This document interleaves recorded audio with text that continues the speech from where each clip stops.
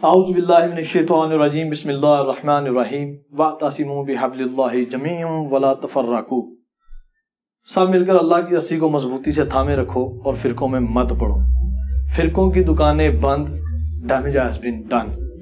السلام علیکم ناظرین، ڈیجیٹل رنگ کے پلیٹ فارم سے شعیب حسن آپ سے مخاطب ہے، اور آج ہم موجود ہیں ایسی شخصیت کے ساتھ جس نے تقریباً جو پچھلے کئی عرصے سے فرقہ واریت کا زور چلتا آ رہا تھا اور تمام لوگ اسی چیز پہ اٹے ہوئے تھے کہ ہمارے بڑے یہ کرتے رہے ہیں، ہم یہی کرتے رہیں گے. ایک فرقے سے نہیں، دو سے نہیں، جتنے بھی فرقے ہیں ان سے ٹکر لی اور ان کو غلط ثابت کیا، اور کسی تعارف کے محتاج نہیں ہے. کھلبلی مچا دی ہے دین کی دنیا میں. مبلغ اسلام ہے انجینئر محمد علی مرزا میرے ساتھ موجود ہیں، ان سے جانیں گے کچھ کربلا کا تاریخی پس منظر اور آج کے جو کرنٹ ایشوز ہیں ان پر گفتگو ہوگی ان کے ساتھ. السلام علیکم. جی وعلیکم السلام ورحمۃ اللہ وبرکاتہ.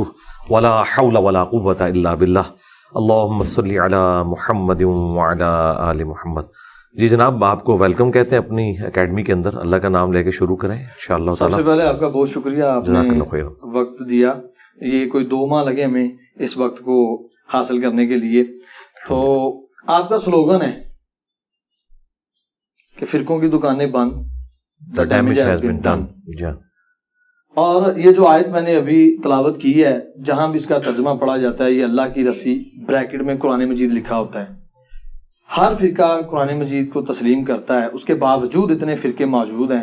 اس کی کیا وجہ ہے؟ اس کی وجہ ہے کہ یہ جو تسلیم کر رہے ہیں اس کے اوپر عمل نہیں کر رہے نا. اور یہ جو آپ بریکٹ میں قرآن مجید کہتے ہیں نا، یہ صرف وہ لوگ لکھتے ہیں کہ جو واقعی قرآن کو اللہ کی رسی مانتے ہیں.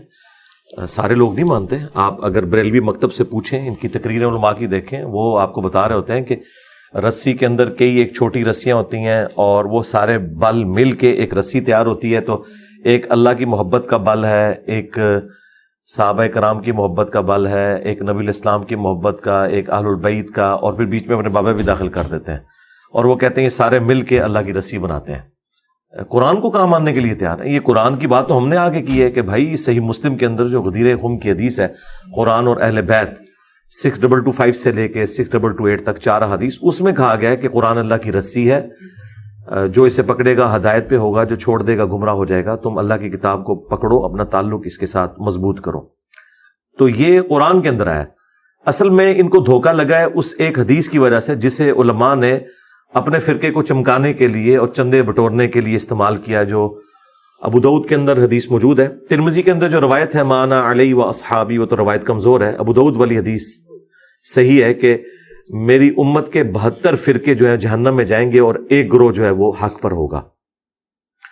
اب ان کو یہ حدیث مل گئی تو انہوں نے کہا کہ ہم اپنے سوا سارے فرقوں کو جہنمی ڈکلیئر کریں اور اپنے فرقے کو وہ ناجیہ ڈکلیئر کریں. حالانکہ اس میں فرقے کو جنتی نہیں کہا گیا تھا، ایک گروہ. بخاری مسلم میں ہے کہ میری امت کا ایک گروہ قیامت تک حق پر قائم رہے گا.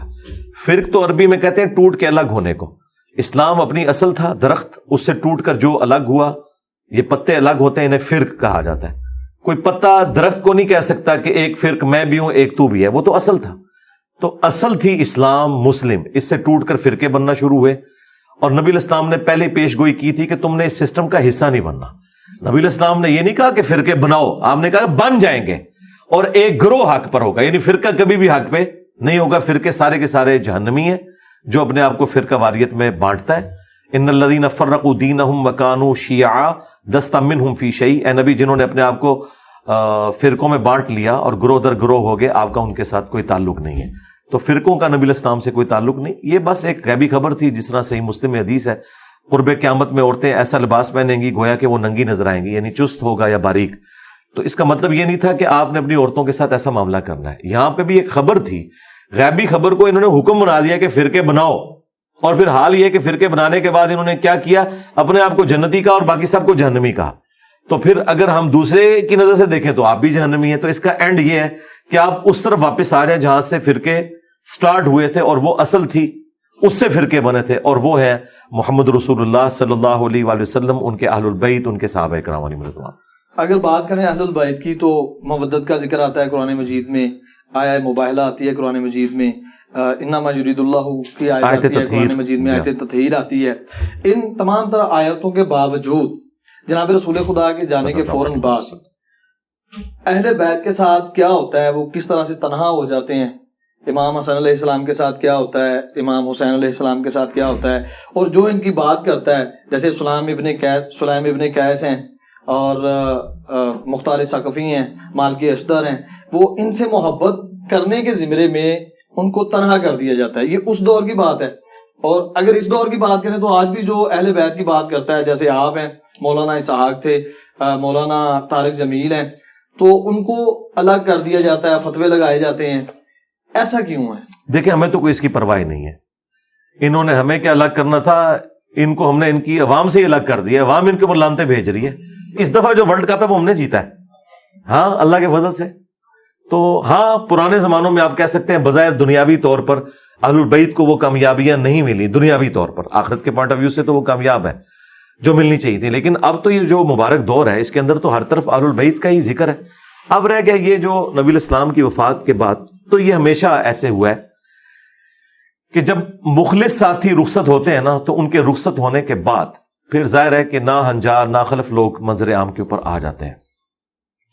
نبی الاسلام کے جو اپنے مخلص ساتھی تھے انہیں تو اہل بیت کی عظمت کا پتہ تھا, اور اس لیے انہوں نے پورے پیشن کے ساتھ ان کا ساتھ دیا.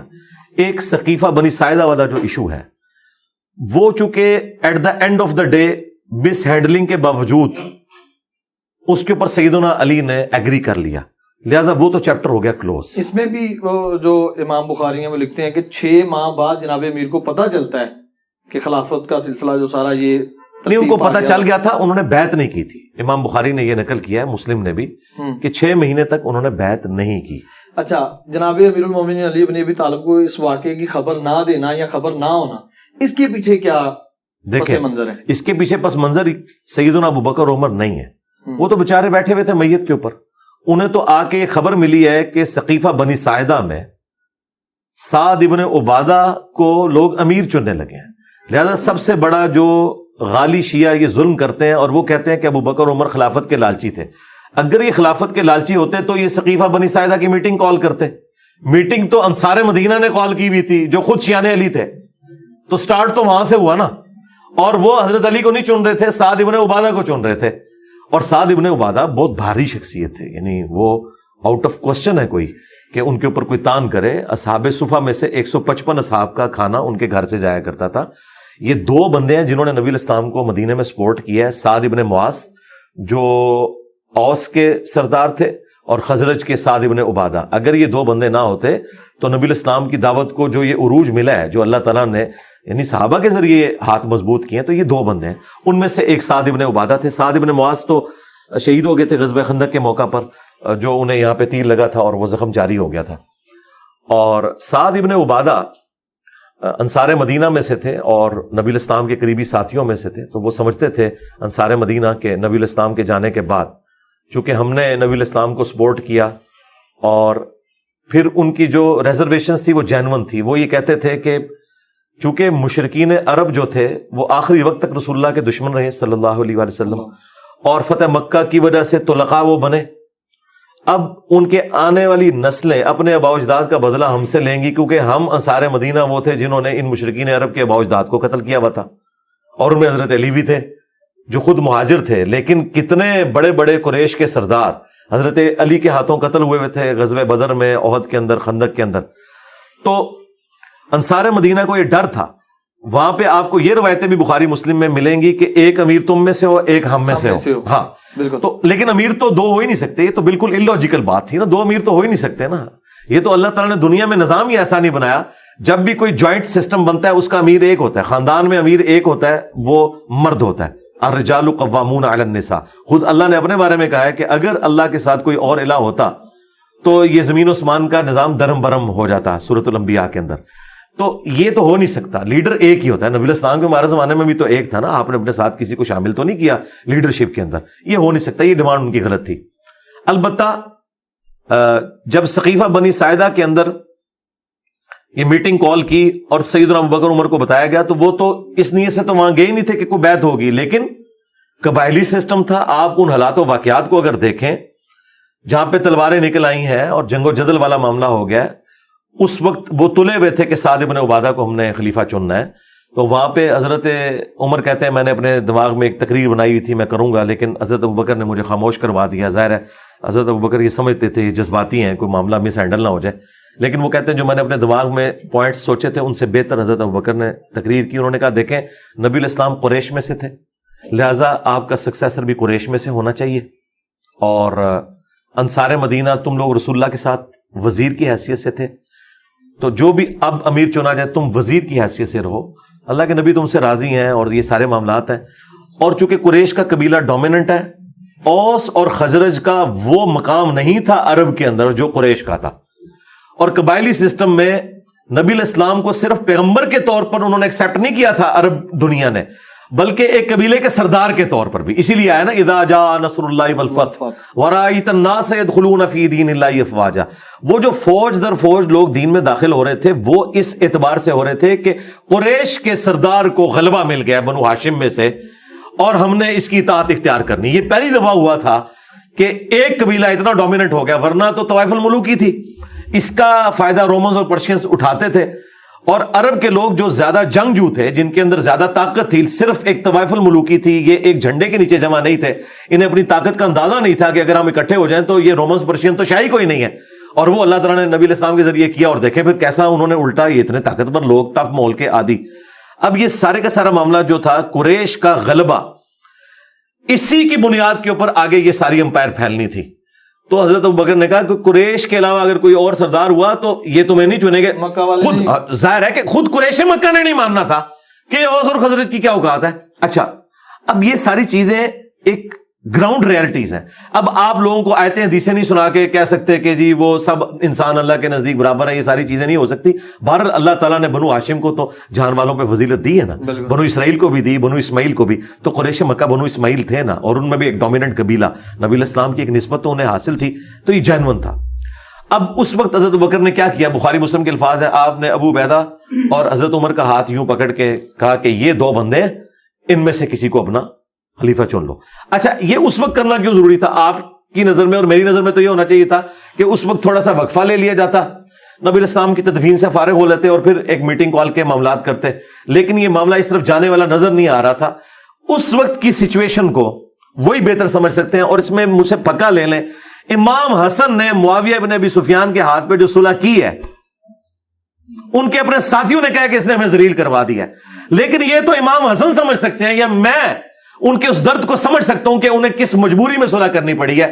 صلح ہی اس وقت بہتر آپشن تھی، ورنہ وہ تو 40,000 کا لشکر لے کے گئے تھے معاویہ سے لڑنے کے لیے، لیکن انہوں نے دیکھا کہ ان کے سردار خرید لیے گئے ہیں اور یہ معاملہ بگڑ جائے گا، تو انہوں نے کہا بھائی بہتر یہ ہے کہ اس معاملے کو میں یہاں پہ ٹھپ کر دوں۔ یہ پورا مقدمہ ہے، وہ آپ اپنے پاس رکھیں، سوال اینڈ پہ کر لیجئے گا، میں مقدمہ کلیئر کر رہا ہوں، ورنہ ٹیمپو وہ ٹوٹ جائے گا۔ میں آپ کو بتا رہا ہوں کہ آج بیٹھ کے کوئی سچویشن کا اندازہ نہیں کر سکتا جب تک آپ زمانے میں ریورس جا کے وہ سارے حالات دیکھ نہ لیں۔ تو حضرت ابوبکر نے اس وقت یہ ریلائز کیا کہ بھائی اگر اس وقت کوئی ڈیسیژن نہ ہوا تو یہ تلپٹ ہو جائے گا، اور یہ انصار مدینہ کو چنیں گے اور ایک نئی گیم شروع ہو جائے گی، قریش مکہ میں پھوٹ پڑ جائے گی۔ اب اس کا آخری حل یہ ہے کہ ان دو بڑے سرداروں میں سے ایک کو چن لیا جائے، اور انہوں نے کن بندوں کے نام پیش کیے؟ ابو عبیدہ بن جراح، جن کو نبی علیہ السلام نے امین الامت کہا تھا۔ نجران کے جب عیسائی آئے، بخاری میں آیا، وہ مبالغہ تو نہیں ہو سکا تھا، مسلم میں آیا کہ مولا علی، حسن، حسین اور فاطمہ کو لے کے نبی علیہ السلام آئے، لیکن مبالغہ ہوا نہیں کیونکہ کرسچن ریڈی نہیں ہوئے۔ لیکن پھر انہوں نے کہا کہ اگر مبالغہ ہوا تو ہم مارے جائیں گے، اگر یہ جھوٹا نبی ہوا تو پھر ہمیں کوئی ڈر نہیں، تو آپ ہمارے ساتھ کوئی اپنا ایسا قریبی آدمی بھیجیں۔ تو آپ نے فرمایا میں امین الامت تمہاری طرف بھیجوں گا۔ پھر نبی علیہ السلام نے ابو عبیدہ بن جراح کو بھیجا، تو حضرت ابوبکر نے وہ سوٹیبل پرسنالٹیز کے ہاتھ اس طریقے سے کھڑے کیے اور کہا ان میں سے چن لو، لیکن دونوں نے کہا کہ حضرت آپ کے ہوتے ہوئے ہم نہیں کریں گے، کیونکہ نبی علیہ السلام نے آپ کو مسلح پر کھڑا کیا تھا، اور اس کی وجہ سے ہم آپ کو خلیفہ چنیں گے، اور چنا۔ انصار مدینہ بھی ایگری کر کے، سعد بن عبادہ اکیلے رہ گئے، ان کے اپنے قبیلے کے لوگ اپنے سردار کو چھوڑ کے حضرت ابوبکر کے اوپر راضی ہو گئے۔ اس سے آپ کو اندازہ ہوگا کہ حضرت ابوبکر کی پرسنالٹی کتنی بڑی تھی، ادروائز وہ پورا قبیلہ چھوڑ دیتا، انہوں نے اپنے سردار کو چھوڑ کے حضرت ابوبکر کی بیعت کر لی۔ اس سے حضرت ابوبکر کی ڈومیننسی نظر آتی ہے، حالانکہ وہ کمزور آدمی تھے یار، بوڑھا آدمی تھا، ایک کوئی پہلوان نہیں تھا، کوئی آپ کو حدیثوں میں نہیں ملے گا کہ انہوں نے بدر میں اتنے بندے قتل کر دیے تھے تو وہ یہ تھے تو وہ تھے، نہیں، ان کی ایک بزرگی، نبی علیہ السلام کے ساتھ قربت، یار غار ہونا، یہ ساری چیزیں، پھر نبی علیہ السلام کے وہ سسر بھی اور ساری قربت، یہ ساری چیزوں کی وجہ سے ان کے اوپر ایگری کر گئے اور وہ بیعت ہو گئی اور پھر وہ سارا معاملہ ہوا. حضرت علی کو یہ کلک تھا کہ اس مشورے میں مجھے شامل کرنا چاہیے تھا. 6 مہینے انہوں نے بیعت نہیں کی. 6 مہینے کے بعد بخاری مسلم میں آتا ہے انہوں نے حضرت فاطمہ کی جب وفات ہو گئی انہوں نے حضرت ابوبکر کو پیغام بھیجا اور کہا کہ آپ میرے پاس آئیں اور اپنے ساتھ کسی کو نہیں لے کے آنا. اور وہ راوی کہتا ہے کہ آپ نہیں چاہتے تھے کہ حضرت عمر ساتھ آئیں کیونکہ وہ جذباتی. تو حضرت عمر نے روکا حضرت ابوبکر کو کہ آپ اکیلے نہ جائیں. انہوں نے کہا میں اہل بیت رسول سے کوئی نیگیٹو چیز امید نہیں کرتا, اس سے آپ کو ان کی کمٹمنٹ کا. وہ اکیلے گئے, حالانکہ بہت بڑا رسک تھا اکیلے جانا. اچھا, جبکہ خلافت کا جھگڑا چل رہا ہے. اور دوسرا آپ دیکھیں خلیفہ وقت جو ہے وہ حضرت ابوبکر ہیں. ہونا تو چاہیے تھا, وہ کہتے تم میرے دربار میں آؤ. انہیں پتا تھا اس گھر سے ہمیں دین ملا ہے, یہ ہمارے بڑے ہیں. یہ ان کا جانا. پھر حضرت علی جب یہ بات کی کہ آپ کو جو اللہ تعالیٰ نے یہ فضیلت دی اور یہ حالات و واقعات فیوریبل ہوئے, ہمیں کوئی حسد نہیں ہے, لیکن آپ نے ہمیں مشورے میں بھی شامل نہیں کیا. اس پہ حضرت ابوبکر رو پڑے. اس کے بعد حضرت علی نے کہا دیٹس آل, اب میں اعلانیہ آپ کی بیعت کروں گا. زور کے وقت حضرت ابوبکر ممبر پہ چڑھے, حضرت علی کے فضائل بیان کیے. اس کے بعد سیدنا علی چڑھے اور حضرت ابوبکر کے فضائل بیان کیے اور اپنی بیعت نہ کرنے کی وجہ بتائی. انہوں نے بھی بتایا. الٹیمیٹلی یہ سارا پیچ اپ ہو گیا. اور اس کے بعد جتنی جنگیں ہوئی ہیں ان میں تھنک ٹینک کے طور پر حضرت علی کبھی بھی علیحدہ نہیں ہوئے حضرت ابوبکر سے, نہ حضرت عمر سے. سارے معاملات مشورے کے ساتھ چلتے تھے. تو اس وقت ایک معاملہ ہوا, لیکن چونکہ at the end of the day وہ سیٹل ہو گیا. اب سیٹلمنٹ کے بعد ان گڑے مردوں کو اکھاڑنا تب درست ہے جب حضرت علی اس بیعت کے اوپر راضی نہ ہو. جب وہ راضی رہے ہیں, تینوں خلفاء کے ساتھ رہے ہیں. شیعہ کہتے ہیں کہ وہ امت کے مفاد میں رہے, ہم کہتے ہیں دل سے قبول کیا, لیکن اینڈ رزلٹ یہ کہ ساتھ رہے نا, تو تم بھی امت کا مفاد سمجھو نا. اگر مولا علی نے سمجھا ہے تو آج تم اس بنیاد کے اوپر امت کو تو نہ توڑو نا. بنو امیہ کے غلط ایکٹیویٹیز کا ابو بکر و عمر کے ساتھ کوئی لینا دینا نہیں ہے. حضرت عثمان کے دور میں بھی جو کچھ ہوا اس میں بھی حضرت عثمان حضرت علی کے مشورے کو لے کے چلتے تھے. کہیں کسی جگہ پہ مس ہینڈلنگ ہوئی ہے تو وہاں پہ بھی حضرت علی نے کبھی بھی حضرت عثمان غنی کی خلافت کا انکار نہیں کیا, انہیں اپنے ساتھ لے کے چلے. تو یہ پورے معاملات کو دیکھنا چاہیے, سچویشن کو. جو شیعہ نے اس حوالے سے ہنگامہ کھڑا کیا ہوا ہے نا, یہ بالکل ناحق ہے ان کا, جس ایکسٹریم پہ وہ لے گئے اس مسئلے کو. کیونکہ دیکھیں غیر مسلم بھی یہ تسلیم کر رہے ہیں آج کہ نبی الاسلام کی لیگیسی کو خلفائے راشدین آگے لے کے چلے ہیں. اور قرآن میں اللہ کا وعدہ تھا وَالَّذِي أَرْسَلَ رَسُولَهُ بِالْهُدَى وَدِينِ الْحَقِّ لِيُظْهِرَهُ عَلَى الدِّينِ كُلِّهِ. نبی الاسلام کے ذریعے تمام ادیان کے اوپر اس دین کو غالب کرنا تھا. لیکن نبی الاسلام کی مبارک زندگی میں یہ دین تو صرف عرب کی سرزمین میں غالب ہوا ہے, سارے ادیان پہ تو غالب نہیں ہوا. رومنز اور پرشینز کے اوپر تو خلفائے راشدین کے دور میں ہوا ہے. تو خلفائے راشدین کی جو فتوحات ہیں یہ نبی الاسلام کی اس دعوت کی کنٹینیوشن ہے. اللہ تعالیٰ نے ان کے ذریعے اتنا بڑا کام لیا کہ دیکھیں نبی الاسلام کی وفات کے وقت ہزاروں لوگ جب مرتد ہو گئے اور صحابہ کرام کی تعداد کم رہ گئی ہے, تب بھی وہ دلیری کے ساتھ لڑے ہیں. اور اللہ نے نہ صرف عرب پہ ان کو غلبہ دیا ہے, جھوٹے پیغمبروں کے اوپر غلبہ دیا ہے, منکرین زکات کے اوپر غلبہ دیا ہے, الٹا سپر پاور سے ٹکرا گئے. یہ تو اس طریقے سے ہے کہ میں ایک محلے کی ٹیم بناؤں اور آپ کو پتا چلے کہ اگلا ورلڈ کپ اس نے جیت لیا ہے, تو یہ غیر معمولی واقعی ہو سکتا ہے نا. تو یہ اللہ تعالیٰ کی غیبی تائید تھی. باقی جو مسئلے مس ہینڈل ہوئے وہ زیادہ بگڑے ہیں بنو امیہ کی وجہ سے. جب انہوں نے ممبروں پہ سب و شتم شروع کیا اور یہاں پہ شیعان علی کے اندر پھر ایک غم کی کیفیت آئی اور پھر وہ ان کو جلانے کے لیے اوپر تک چلے گئے. اور یہ ہوتا ہے یعنی عمل کا جو رد عمل ہے یہ اس طرح ہوا ہے. اب اس ساری جو گفتگو آپ نے کی ہے میرے ذہن میں 4 سے 5 کوسچن آئے. جی کریں ترتیب سے, نہیں ترتیب سے کریں, ترتیب سے. سب سے پہلے جناب ابو بکر اور حضرت عمر رضی اللہ تعالیٰ عنہما کا ادھر جانا. ایک اور روایت بیان کی جاتی ہے کہ حضرت عمر رضی اللہ تعالیٰ عنہ تلوار لے کے مدینے کی گلیوں میں گھوما کرتے تھے کہ جس نے کہا کہ جناب رسول خدا اس دنیا سے رحلت فرما گئے ہیں میں اس کی گردن کاٹ دوں گا. یہ ان کی کیفیت وہ خلافت والے وہ جو بنو سعدہ اسقیفہ میں واقعہ ہوا اس سے پہلے ہوئی کہ اس سے بعد؟ نہیں, اس سے پہلے تھی یہ کیفیت. یہ گلیوں میں نہیں گھومتے تھے, وہ صرف مسجد نبوی میں ایک ایکٹیویٹی پرفارم کی اور یہ کیفیت ان پہ چند منٹ کے لیے طاری ہوئی ہے بس. اور پھر آپ نے کہا اور وہ ختم ہوگی. وہ بخاری میں الفاظ ہیں جب حضرت ابوبکر نے خطبہ دیا نا, انک میت و انہم میتون آیت پڑھی, وما محمد الا رسول قد خلت من قبلہ الرسل یہ پڑھی, اور پھر خطبہ دیا من کان یعبد محمدا فان محمدا قد مات, جو محمد کی عبادت کرتا تھا جان لے محمد مر چکے, اور جو اللہ کی عبادت کرتا ہے وہ جان لے کہ اللہ کو موت نہیں کبھی آئے گی. اس کے بعد بخاری کے الفاظ ہیں کہ ابو بکر سے جب میں نے آیات اور یہ خطبہ سنا تو میرے پاؤں میرے جسم کا بوجھ نہیں اٹھا سکے, وہ نیچے گر پڑے اور کہتے ہیں مجھے یقین آ گیا کہ آپ نبی الاسلام دنیا سے چلے گئے. تو یہ وقتی کیفیت تھی, گلیوں میں کوئی نہیں گھومتے تھے, یہ ایویں لوگوں نے آگے صفرے لگا دیے, 10 ہوتا ہے اور صفرے لگا کے بہت بڑی میں کر دیں گے, وہ نہیں, وقتی طور پہ تھی. اگر یہ بات مانی جائے تو پھر کیا نعوذ باللہ ان کا ذہنی توازن بگڑ گیا تھا؟ نہیں, ایک وقتی کیفیت تھی جو ان کے اوپر طاری ہوئی. اچھا, وہ کیفیت یہ نہیں تھی کہ وہ یہ نہیں مانتے تھے کہ نبی نے مرنا نہیں ہے, انہیں پتا تھا کہ ہر انسان کو موت ہے. بے شک ان کو یہ تھا, یہ قرآن میں آیا نا کہ اللہ نے اس دین کو غالب کرنا ہے. وہ کہتے تھے کہ اللہ کے نبی نے اپنا کام ابھی پورا کیا ہی نہیں ہے. ان کے یہ دماغ میں نہیں تھا یہ کام اللہ نے بعد میں پورا کروانا ہے, تاکہ اللہ تعالی غیر مسلموں کے اوپر بھی یہ ثابت کرے کہ خلفائے راشدین کے پیچھے, نبی الاسلام کی دعوت کے پیچھے اللہ کھڑا ہے. اگر نبی دنیا میں نہیں رہے تب بھی یہ دعوت آگے چلے گی. اور وہ لوگ جو خلفائے راشدین سے بغض رکھتے ہیں ان کے اوپر بھی یہ حق کھلے کہ اللہ تعالیٰ نے انہیں دین کے کام کے لیے چنا. تو وہ یہ کہتے تھے کہ جس طرح موسیٰ علیہ السلام 40 دن کے لیے کوہ طور پہ گئے اور پھر واپس آ گئے تھے, نبی علیہ السلام ڈورمنٹ پوزیشن میں گئے, یہ واپس آ جائیں گے.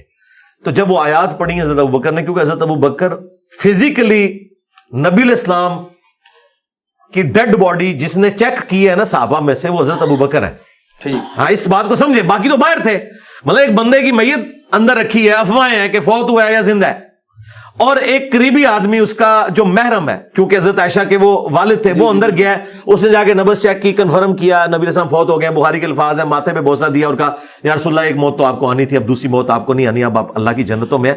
پھر جب آگے انہوں نے کنفرم کیا نا, تو اب باہر تو کوئی یعنی خدا نہ خواستہ ایک شخص کا والد فوت ہوتا ہے اور وہ باہر آ کے اناؤنسمنٹ کرتا ہے کہ بھائی میرے والد صاحب جو اتنے دنوں سے بیمار تھے وہ فوت ہو گئے. تو اب اگر باہر کوئی بندہ یہ سمجھ رہا تھا نہیں وہ ٹھیک ہے یا ریکور کر رہے ہیں, وہ کہیں گے یار یہ بات کنفرم ہوگی. تو وہ جب خبر کنفرم ہوئی ہے تو حضرت عمر کو پتہ لگ گیا کہ یہ ہونا تھا. پہلے وہ سمجھ رہے تھے افواہ ہے کہ حضور علیہ السلام پہ بے ہوشی کی کیفیت ہے, لوگوں نے سمجھ لیا کہ آپ فوت ہو گئے ہیں. فوت نہیں ہوئے ہوں گے, ہو سکتا ہے آپ وقتی طور پہ مطلب بے ہوش ہوئے ہیں اور واپس آگے. یہ تو آپ کے ساتھ غزوہ احد کے موقع پہ نہیں ہوا تھا کیا؟ غزوہ احد کے اوپر نہیں مشہور ہو گیا تھا کہ آپ, کیونکہ وہ جب مولا علی نے آپ کا زخم صاف کیا, سیدہ فاطمہ نے زخم صاف کیا, مولا علی پانی لے کے آئے, جو بخاری مسلم میں آتا ہے نبی علیہ السلام کا خون اتنا بہہ گیا تھا آپ بے ہوش ہو گئے تھے. تو شہادت کی خبر تو اس وقت مشہور ہو گئی تھی اور یہ آیت اس وقت نازل ہوئی تھی. امپلیمنٹ ادھر ہوئی, وما محمد الا رسول, محمد تو نہیں مگر ایک رسول. اگر یہ مر جائیں یا قتل کر دیے جائیں تو کیا تم دین سے الٹے قدم پھر جاؤ گے؟ اچھا, بخاری کے الفاظ ہیں کہ صحابہ کرام کہتے ہیں کہ جب یہ آیت حضرت ابوبکر نے پڑھی تو ہمیں لگا یہ آیت ابھی نازل ہوئی ہے. یعنی آیت اتنی پرانی تھی, 8 سال پرانی, لیکن اس کی امپلیمنٹیشن اس وقت ہوئی. صحابہ کو صبر دینے والی یہی آیت تھی کہ محمد بھی ایک رسول ہے, انہوں نے بھی دنیا سے جانا ہے, کیا دین تم چھوڑ دو گے؟ اور بخاری کے الفاظ ہیں کہ پھر کتنے دن تک صحابہ کرام جب ایک دوسرے کو ملتے تھے تو یہی آیت پڑھتے تھے, ایک دوسرے کو ڈھار. جیسا ہم کسی کا افسوس کرتے ہیں نا, تو افسوس ان کا ہی ہوتا تھا وما محمد الا رسول خلت من قبلہ رسول. میں سمجھتا ہوں اتنی بڑی غم کی کیفیت سے صحابہ کا نکلنا اور پھر جنگوں میں اپنے مخالفین کو ہرا کے اتنی بڑی اسلامی اسٹیٹ کو قائم کرنا, یہ بہت غیر معمولی واقعہ ہے. دوسری بات آپ نے کی صلح حسین علیہ السلام کی, صلح حسن علیہ السلام کی, کہ ان کے جو حامی تھے انہوں نے بھی اعتراض کیا. تو صلح حدیبیہ میں بھی تو یہی واقعہ کوٹ کرتا ہے امام بخاری کہ جب جناب رسول خدا نے صلح حدیبیہ پہ صلح کر لی تو جناب عمر رضی اللہ تعالیٰ عنہ معترض ہوئے اور حضرت ابوبکر کے پاس بھی گئے کہ ہم کیوں صلح کر رہے ہیں, کیا ہم حق پہ نہیں ہیں؟ اس کے بارے میں کیا موقف ہے آپ کا؟ دیکھیں, وہ بخاری کے الفاظ ہیں, پوری زندگی وہ شرمندہ رہتے تھے کہ میں نے رسول اللہ پہ اتنی جرت کیوں کی. لیکن وہ جرت نبی علیہ السلام پہ اس لیے نہیں تھی کہ انہوں نے کوئی بدتمیزی کی ہے. نبی علیہ السلام سے ان کی فریکنس تھی, ان کا تقاضا یہ تھا کہ آج ہم طاقتور ہیں, ان کو کچل کیوں نہ دیں. صلح حسن ڈیفرنٹ ہے. صلح حسن کے کیس میں امام حسن کمزور تھے اور امیر شام طاقتور تھے کیونکہ انہوں نے ان کے گورنر خرید لیے ہوئے تھے. صلح حدیبیہ میں رسول اللہ طاقتور تھے, مشرکین عرب کمزور تھے, تبھی تو وہ صلح آفر کر رہے تھے. بالکل, ادروائز تو وہ مارنے کے لیے مدینے میں 3 دفعہ تو آ چکے تھے اور انہوں نے شرائط بھی اپنی منوائی. اچھا, پہلا آپ نے فرق دیکھا تو لہذا حضرت عمر کی ڈیمانڈ غلط نہیں تھی. ان کا یا رسول اللہ آج ہم تگڑے ہیں, ایسی کی تیسی ان کی, ٹھیک ہے, تو پھر رسول اللہ مان لیتے. میں بتا رہا ہوں, آپ بتاؤ, میں آپ کو لاجیکلی بتا رہا ہوں دنیا کے پوائنٹ آف ویو سے کہ یہ صلح حسن سے بالکل ڈیفرنٹ کیس بنتا ہے. اچھا, دوسری بات, نبی علیہ السلام نے کیوں نہیں مانا؟ اس لیے کہ نبی علیہ السلام کو اللہ تعالیٰ نے وحی کے ذریعے مستقبل بتا دیا تھا. اگر نبی علیہ السلام کے پاس وحی نہ آتی ہوتی, نعوذ باللہ من ذالک, تو پھر انہوں نے حضرت عمر والا ہی ڈیسیژن کرنا تھا کہ جب دشمن اب قابو میں آیا تو یہ تو میرے ساتھیوں کا قاتل ہے، میں ان کو چھوڑ. لیکن نبی علیہ السلام کو اللہ تعالیٰ نے وحی کے ذریعے بتا دیا تھا کہ ہم نے یہ طے کر لیا ہے کہ یہ صلح ہوگی، بظاہر دب کے ہوگی، لیکن اس صلح میں سے ہم آپ کی فتح نکالیں گے. ٹھیک ہے. اسی لیے حضرت عمر پتہ ہے خاموش کب ہوئے؟ بخاری کے الفاظ ہیں جب حضور نے کہا میں اللہ کا رسول ہوں، بالکل ایسے بس وہ خاموش ہو گئے. خاموش ہو کے وہ حضرت ابوبکر کے پاس گئے کہ آپ کوئی سفارش کریں اور یہ معاملہ کوئی ایسا معاملہ ہو جائے. نبی علیہ السلام نے انہیں یہ نہیں کہا کہ مجھے وحی آئی ہے. اگر وہ کہتے ہیں مجھے وحی آئی ہے تو حضرت عمر کی جرأت تھی. انہیں کہا میں اللہ کا رسول ہوں، یعنی میں ویژن رکھتا ہوں. پھر حضرت ابوبکر نے اللہ کا رسول ہوں کا ترجمہ انہیں سمجھایا کہ بھائی وہ اللہ کے رسول ہیں، یہ وحی کے ساتھ ہو رہا ہوگا. پھر کہتے ہیں مجھے پوری زندگی غم ہے کہ میں نے یہ جرأت کیوں کی. میں کہتا ہوں کہ جو میری نیچر ہے نا، جو حضرت عمر نے کیا نا، میں بھی حضور کو اس وقت یہی کہتا کہ یا رسول اللہ منڈو انہوں ایسی تیسی. اور دیکھیں ابھی میں آپ کو اس میں ایک اور ثبوت دیتا ہوں. ایک اور جگہ تو حضرت عمر ٹھیک نکلا ہے، غزوہ بدر کے قیدیوں میں. اب آپ کیا کہیں گے؟ ہاں یہ تو قرآن میں آیا ہے. دیکھیں نا میں آپ کو پھکا دے رہا ہوں، یہ پھکی سے بھی اگلی چیز ہے. سورۃ الانفال کی آیت نمبر 68 اور 69 میں آیا کہ اگر وہ پہلے آیات نازل نہ ہوئی ہوتی جو تم نے غزوہ بدر کے قیدی چھوڑے ہم تمہیں عذاب دیتے. یہ اتنے سخت الفاظ ہیں رسول اللہ صلی اللہ علیہ وآلہ وسلم کے بارے میں کہ تمہیں عذاب دیا جاتا تم نے یہ قیدی کیوں چھوڑے. اور بخاری میں ہے کہ حضرت بخاری اور مسلم دونوں میں، مسلم میں ذرا تفصیل کے ساتھ ہے، حضرت عمر نے مشورہ دیا تھا کہ ان کو قتل کیا جائے. قرآن جو ہے وہ حضرت عمر کے مشورے کے اوپر نازل ہوا. اب وہاں پہ تو حضرت عمر کا مشورہ ٹھیک نکل آیا. اگر یہی باتیں ہم تشیع کی طرف سے دیکھیں جناب امیر کے بارے میں تو وہ غلو کے زمرے میں گنی جاتی ہیں کہ یہ غلو کرتے ہیں جناب علی کو. نہیں آپ موضوع کو پھیلانا نہیں ہے، میں آپ کو لاجیکل ڈسکشن کر رہا ہوں. شیعہ کا کہتے ہیں، سنی کا کہتے ہیں میں کسی کا ادھر ٹھیکیدار نہیں ہوں. جہاں شیعہ غلط ہوں گے میں انہیں غلط کہوں گا، جہاں سنی غلط ہوں گے میں غلط کہوں گا. میں نے پہلے جملے میں بولا کہ حضرت عمر کی جرأت تھی، وہ خود بھی شرمندہ تھے، لیکن ایک اور جگہ انہوں نے جرأت کی، وہ کامیاب ہو گئی. یہ ان کی نبی علیہ السلام کے ساتھ ایک فریکنس، ان کی طبیعت کا تقاضا تھا کہ انہوں نے ایسا کیا. اس میں پھکا اور لے. مجھے بتائیں صلح حدیبیہ کے موقع پر جب نبی علیہ السلام یہ کہہ رہے ہیں کہ میرا نام مٹا دو تو مولا علی نے کیوں نہیں مٹایا؟ فرمایا کہ میں واحد جو گواہ ہوں اس کا. نہیں وہ ٹھیک ہے، جب نبی حکم دے رہے ہیں تو امتی کی کیا ضرورت ہے کہ وہ کہ میں یہ کام نہیں کرتا. لیکن ہم اس کی تعویل کرتے ہیں نا. بالکل کہ ہاں کیوں کرتے ہیں. دیکھیں اب ہم حضرت علی کا دفاع کر رہے ہیں، اب ہمیں کوئی یہ نہ کہے کہ آپ علی کا دفاع کیوں کر رہے ہو. وہاں حضرت عمر کا ہم نے دفاع کیا. جناب علی نے یہ تو نہیں کہا کہ میں شرمندہ رہا ساری عمر اس پہ. او نہیں، میں آپ کو بتا رہا ہوں نا اس بات کو آپ سمجھے نا کہ انہوں نے کہا یا نہیں کہا. یعنی میں آپ کو کہتا ہوں کہ میں اگر حضرت علی کی جگہ ہوتا نا تو میں حضور کی بات مانتا. مجھے اس سے کیا غرض ہے؟ کیا نبی علیہ السلام کے نام کے اوپر لکیر پھیرنے سے میرے دل میں کوئی حضور کی محبت ختم ہو جانی تھی؟ میری تو ریکوائرمنٹ یہ ہے کہ اللہ کا پیغمبر مجھے کیا حکم دے رہا ہے. تو یہ آپ سمجھیں کہ نیچر فرق ہے. اس نیچر کو آپ وہ نہ رہے، نافرمانی شمار نہ کریں. اور سب سے بڑھ کر نبی علیہ السلام خود اس کے لیے کیا فیصلہ فرما رہے ہیں. اگر نبی علیہ السلام کسی معاملے میں ایکسیپٹنس دے رہے ہیں تو ٹھیک ہے. حضرت عمر کو بعد میں کوئی نبی علیہ السلام نے سزا تو نہیں دی نا، ایکسیپٹ کر لیا نا کہ ٹھیک ہے ان کا ایک جذباتی فیصلہ تھا. یہاں پہ بھی حضرت علی کو ایکسیپٹ کر لیا نا. کام تو پھر آپ کو خود کرنا پڑا. پھر آپ نے کہا اچھا مجھے بتاؤ کہاں لکھا ہے. پھر آپ نے لکیر پھیری اور اپنے ہاتھوں سے لکھا. اور راوی کہتے ہیں کہ آپ کی ہینڈ رائٹنگ اتنی خوبصورت نہیں تھی کہ آپ کا موڑزہ تھا، آپ لکھنا پڑھنا نہیں جانتے تھے. بہرحال آپ نے محمد بن عبداللہ لکھ لیا اور اس طریقے سے وہ معاملہ سیٹل ہوا. آپ کو ایک ایفرٹ تو پٹ کرنا پڑی. تو معاملات کو آپ نے پورے سینیریو میں دیکھنا ہوتا ہے، پک اینڈ چوز نہیں کرنا ہوتا. معاملات کو دیکھ کے اب مجھے بتائیں جو تحکیم کا مسئلہ ہوا ہے حضرت علی اور حضرت معاویہ کا، آپ اگر مجھ سے پوچھیں میں اگر حضرت علی کی جگہ ہوتا تو میں کبھی بھی نہ اس تحکیم کے اوپر راضی ہوتا. اور آج ہمیں اینڈ رزلٹ بھی پتا ہے. لیکن اس وقت سچویشن کیا بنی تھی وہ حضرت علی اس کی تکلیف فیل کر سکتے ہیں کہ جب ان کے ساتھیوں کے اندر دو گروہ بن گئے، انہوں نے جب نیزوں پہ قرآن اٹھا لیے تو حضرت علی نے اب یہ دیکھنا تھا میرے ساتھیوں میں جو دو گروہ بنے ہیں اب یہ نہ ہو کہ میں اپنی عمارت وہاں پہ مینجمنٹ لوز کر جاؤں.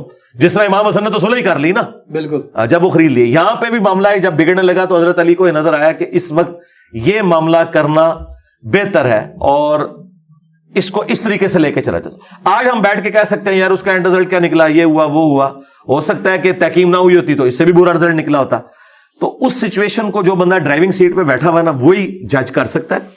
اور نبی کے علاوہ جو بھی ججمنٹ دیتا ہے نا وہ صحیح بھی ہو سکتی ہے غلط بھی ہو سکتی ہے. یعنی آپ بعد میں تاریخ میں پیچھے جا کے تو یہ کہہ سکتے ہیں کہ یہ یوں ہوتا تو یوں ہو جاتا. جس طرح کتنے تاریخ دان غیر مسلم کہتے ہیں کہ اگر 6 رکنی کمیٹی میں حضرت علی کو خلیفہ چن لیا جاتا نا تو خراب نہ ہوتے، معاملات خراب بھی نہ ہوتے اور اسلام کی سلطنت اس سے وسیع ہوتی.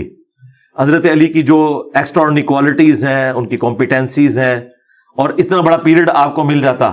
ٹھیک ہے، لیکن یہ تو سوچنے کا ایک پہلو ہے نا. دوسرا پہلو یہ کہ بنو امیہ تو ہے، پتہ نہیں سازشیں کر کے جس طرح حضرت عمر فاروق قتل ہو گئے مغیرہ ابن شعبہ کے غلام کے ہاتھوں، ہو سکتا ہے حضرت علی کو وہ چوتھے دن ہی مار دیتے. یہ بھی تو ہو سکتا تھا نا. یہ تو اللہ کو پتہ نہیں کہ کیا ہونے والا تھا. ہاں، اور پھر دوسری بات، نبی علیہ السلام نے حضرت علی کو بتایا تھا کہ تم نے میری ڈیوٹی پوری کرنی ہے. میں نے کافروں کے خلاف جنگ کی تھی، تم نے مسلمانوں کے خلاف کرنی ہے، اور امت کو بتانا ہے کہ مسلمانوں کے ساتھ ڈیل کیسے کرنا ہے. جب مسلمانوں سے جنگ ہوگی تو ان کی عورتیں لونڈیاں نہیں بنائی جائیں گی. ٹھیک ہے، یہ ساری کی ساری مسلمانوں کی آپس کی جو جنگ جو قرآن میں ہے، جب مسلمانوں کا گروہ باغی ہو ان سے قتال کرو، یہ سارے احکامات ہم نے مولا علی سے سیکھے ہیں. جنگ جمل صفین نہروان نہ ہوتی تو امت کو نہیں پتا تھا کہ مسلمان کی جب مسلمان سے جنگ ہو تو آپ نے کیا اس میں سے نکالنا ہے. ٹھیک ہے، ابھی تک جتنی جنگیں ہو رہی تھیں وہ ایکسٹریم ہو رہی تھیں، یعنی کفر کے لیول تک. منکرین زکوٰۃ بھی اگرچہ مسلمان تھے، لیکن جب انہوں نے زکوٰۃ کی اس فرضیت کا انکار کیا تو ایک کفر تو انہوں نے کر دیا جس کی وجہ سے صحابہ کرام کو یہ کرنا پڑا. تو حضرت علی کی ڈیوٹی نبی علیہ السلام نے جب لگائی تھی اسی وقت انہوں نے وہ کام کرنا تھا. تو میرا خیال ہے جنگ جمل صفین کی جو پیش گوئیاں ہیں اہل سنت کی کتابوں میں اور شیعہ کی کتابوں میں، یہ خود ثبوت ہے کہ حضرت علی کو چوتھا خلیفہ ہی ہونا چاہیے تھا، کیونکہ اسی زمانے میں وہ جنگیں آئی ہیں نا، پہلے خلیفہ کے زمانے میں تو نہیں آئی ہیں. تو میرے خیال ہے یہ سارے کا سارا سسٹم فٹ ان بیٹھتا ہے. لیکن آپ دیکھیں صحیح بخاری میں ایک حدیث ہے 6830، حضرت عمر نے اپنے آخری حج کے دوران، آپ کو منا میں کسی نے آ کے بتایا کہ لوگ کہہ رہے ہیں کہ جب عمر مر جائے گا تو ہم فلاں شخص کو اپنا خلیفہ چن لیں گے. تو حضرت عمر کو اتنا غصہ آیا، انہوں نے کہا میں آج یہیں پہ ایک خطبہ دوں گا کہ مسلمانوں کے مشورے کے بغیر یہ خلیفہ چن رہے ہیں. تو عبد الرحمن بن عوف نے کہا کہ حضرت آپ نہ یہاں ایسا نہ کریں، ساروں تک یہ بات نہیں پہنچی ہوئی، آپ مدینے جا کے خطبہ دیں. پھر مدینے جا کے انہوں نے خطبہ دیا، اور عبداللہ ابن عباس کہتے ہیں کہ میرا گھٹنا ممبر کے ساتھ لگا ہوا تھا، اور میں ساتھیوں کو کہہ رہا تھا آج حضرت عمر نے بڑی سخت گفتگو کرنی ہے، اور یہ ان کا آخری خطبہ تھا حضرت عمر کا. تو انہوں نے کہا کہ دیکھو یہ لوگ مشورہ کر رہے ہیں اور پلی لے رہے ہیں حضرت ابوبکر کی خلافت کی، کہ حضرت ابوبکر کو بھی تو اچانک خلیفہ چن لیا گیا تھا مسلمانوں کے مشورے کے بغیر. حضرت عمر نے خود مانا ہے. دیکھیں کہتا ہے دلیر بندہ جو ہے کتنا، جب میں پنجابی میں حضرت عمر کے لیے اپنے لیے بات کرتا ہوں منہ پھٹ ہوتا ہے. ٹھیک ہے، حالانکہ حضرت ابوبکر کی وجہ سے حضرت عمر خلیفہ بنے ہوئے تھے، لیکن انہوں نے کوئی آر محسوس، ان کا یہ بات ٹھیک ہے کہ حضرت ابوبکر کی خلافت ایک کیٹاسٹرافک کنڈیشن میں ہو گئی تھی. اب ابو بکر کی خلافت کو مستقبل میں کوئی شخص دلیل نہ بنائے کہ وہ مسلمانوں کے مشورے کے بغیر کسی کو خلیفہ چنے، ورنہ اس کا انجام قتل و غارت ہوگا. حضرت عمر خود مان رہے ہیں کہ حضرت ابو بکر کی جو خلافت ہوئی ہے نا، اس سے بہتر طریقے سے ہو سکتی تھی، لیکن اس کو کوئی پلی لے کے یہ نہ کہہ کہ حضرت ابو بکر بھی چند بندوں نے بنا لیا تھا، نہ اس طرح نہیں، مسلمانوں کا مشورہ. پھر دوسرا انہوں نے کہا کہ حضرت ابو بکر کی پرسنالٹی بھی اتنی بڑی تھی کہ اللہ تعالیٰ نے امت کو ان پہ متفق بھی کر دیا اس زمانے میں. یہ تو بعد میں پھر یہ آج آپ کو جو رافضیت اور ناسبیت نظر آ رہی ہے تو بعد میں ہوئی ہے نا، اس زمانے میں تو سارے کٹھے ہی تھے نا، سارے کٹھے ہی تھے، یہ تو بعد میں بنے ہیں نا. تو اس وقت تو حضرت عمر کی بات ٹھیک تھی نا، حضرت عمر کوئی 15ویں صدی میں تو بیٹھ کے نہیں کہہ رہے نا. آج تو ہم کہتے ہیں 2 فرقے بن گئے ان جنگوں کی وجہ سے، لیکن اس زمانے میں تو سارے کٹھے ہی تھے نا. تو انہوں نے کہا آندہ کوئی ایسا کام نہ کرے. تو لہٰذا ہم یہ سمجھتے ہیں کہ حضرت علی کی خلافت جس سے اسٹیبلش ہوئی ہے مشورے کے ساتھ، حضرت علی نے تو خلافت لینے سے انکار کر دیا تھا. انہوں نے کہا یا تو انصاف ہوگا یا گوشہ نشینی میں اختیار کروں گا. اور لوگوں نے کہا نہیں انصاف، تو ان کو پتہ ہی نہیں تھا کہ انصاف کا مطلب کیا ہے. انصاف کا مطلب یہ ہے کہ انہوں نے کہا حضرت عثمان کے سارے گورنر فارغ جن کی وجہ سے رعایا ان کے خلاف ہوئی بھی، اور وہ کر بھی دیے تھے، جب کر دیے نا. ہاں، وہ یہ تو نہیں ان کو پتا تھا کہ وہ اتنا ہارڈ لائنر ہو جائے گا. مطلب یہ تو اسی طریقے سے آپ میرے جیسے بندے کو آرمی چیف یا پرائم منسٹر کی پوسٹ پہ بٹھا دیں تو پھر آپ دیکھیں میں کہہ دوں گا کیا، لوگ تو مطلب وہ بھول جائیں گے پھر کہ میری تو ایک اپنی نیچر ہے. تو وہ حضرت علی کے بارے میں ایکسپیکٹ کر رہے تھے کہ بھئی حضرت علی کوئی ان درمیان کر، لیکن وہ تو بڑے ہارڈ لائنر تھے. اس وقت انہوں نے کہہ دیا کہ ٹھیک ہے جی حضرت، ان کا پھر لو پھر پہلا ڈیسیژن ہے جی، پہلے ہی چھکا مار دیتا. اچھا، جناب ابو بکر کا خلیفہ منتخب ہونا، اس کے بعد جناب عمر کو وہ ڈائریکٹ سلیکٹ کرتے؟ نہیں، ڈائریکٹ نہیں سلیکٹ کیا، یہ بالکل جھوٹ ہے. اچھا، ہاں یہ بالکل جھوٹ ہے. مشورہ ہوا جی، مشورہ ہوا ہے. کتنے دن تک مشورہ رہا ہے. حضرت ابو بکر اچانک فوت نہیں ہوئے، بیمار ہوئے ہیں. انہوں نے جب مشورہ لیا نا تو حضرت ابو بکر نے جس طریقے سے عرب کی سرزمین میں اتنے بڑے فتنوں کو ختم کیا اور پھر رومنز اور پرشینز کی طرف فوجیں بھیج دی. یہ ویسے بڑا تاریخ میں پبلک میں جھوٹ مشہور کیا ہوا ہے لوگوں نے, اہل علم کے نزدیک تو ان کو پتا ہے. یہ جو فتوحات کا سلسلہ ہی حضرت ابو بکر کے دور میں شروع ہوا ہے. اچھا, آدھی پرشین امپائر تو گر چکی تھی, غالب نے ولید کو فرنٹ پہ حضرت ابو بکر نہیں رکھا ہوا تھا. تو حضرت عمر کا جب دور آیا تو اس وقت آپ سمجھے کہ وہ جس طرح ہم T20 میچ میں کہتے ہیں کہ آدھا سکور ہو چکا ہوا تھا, حالات فیوریبل تھے, ایک اچھی پارٹنرشپ بن چکی تھی, اور پھر آگے وہ آگے لے کے چلے.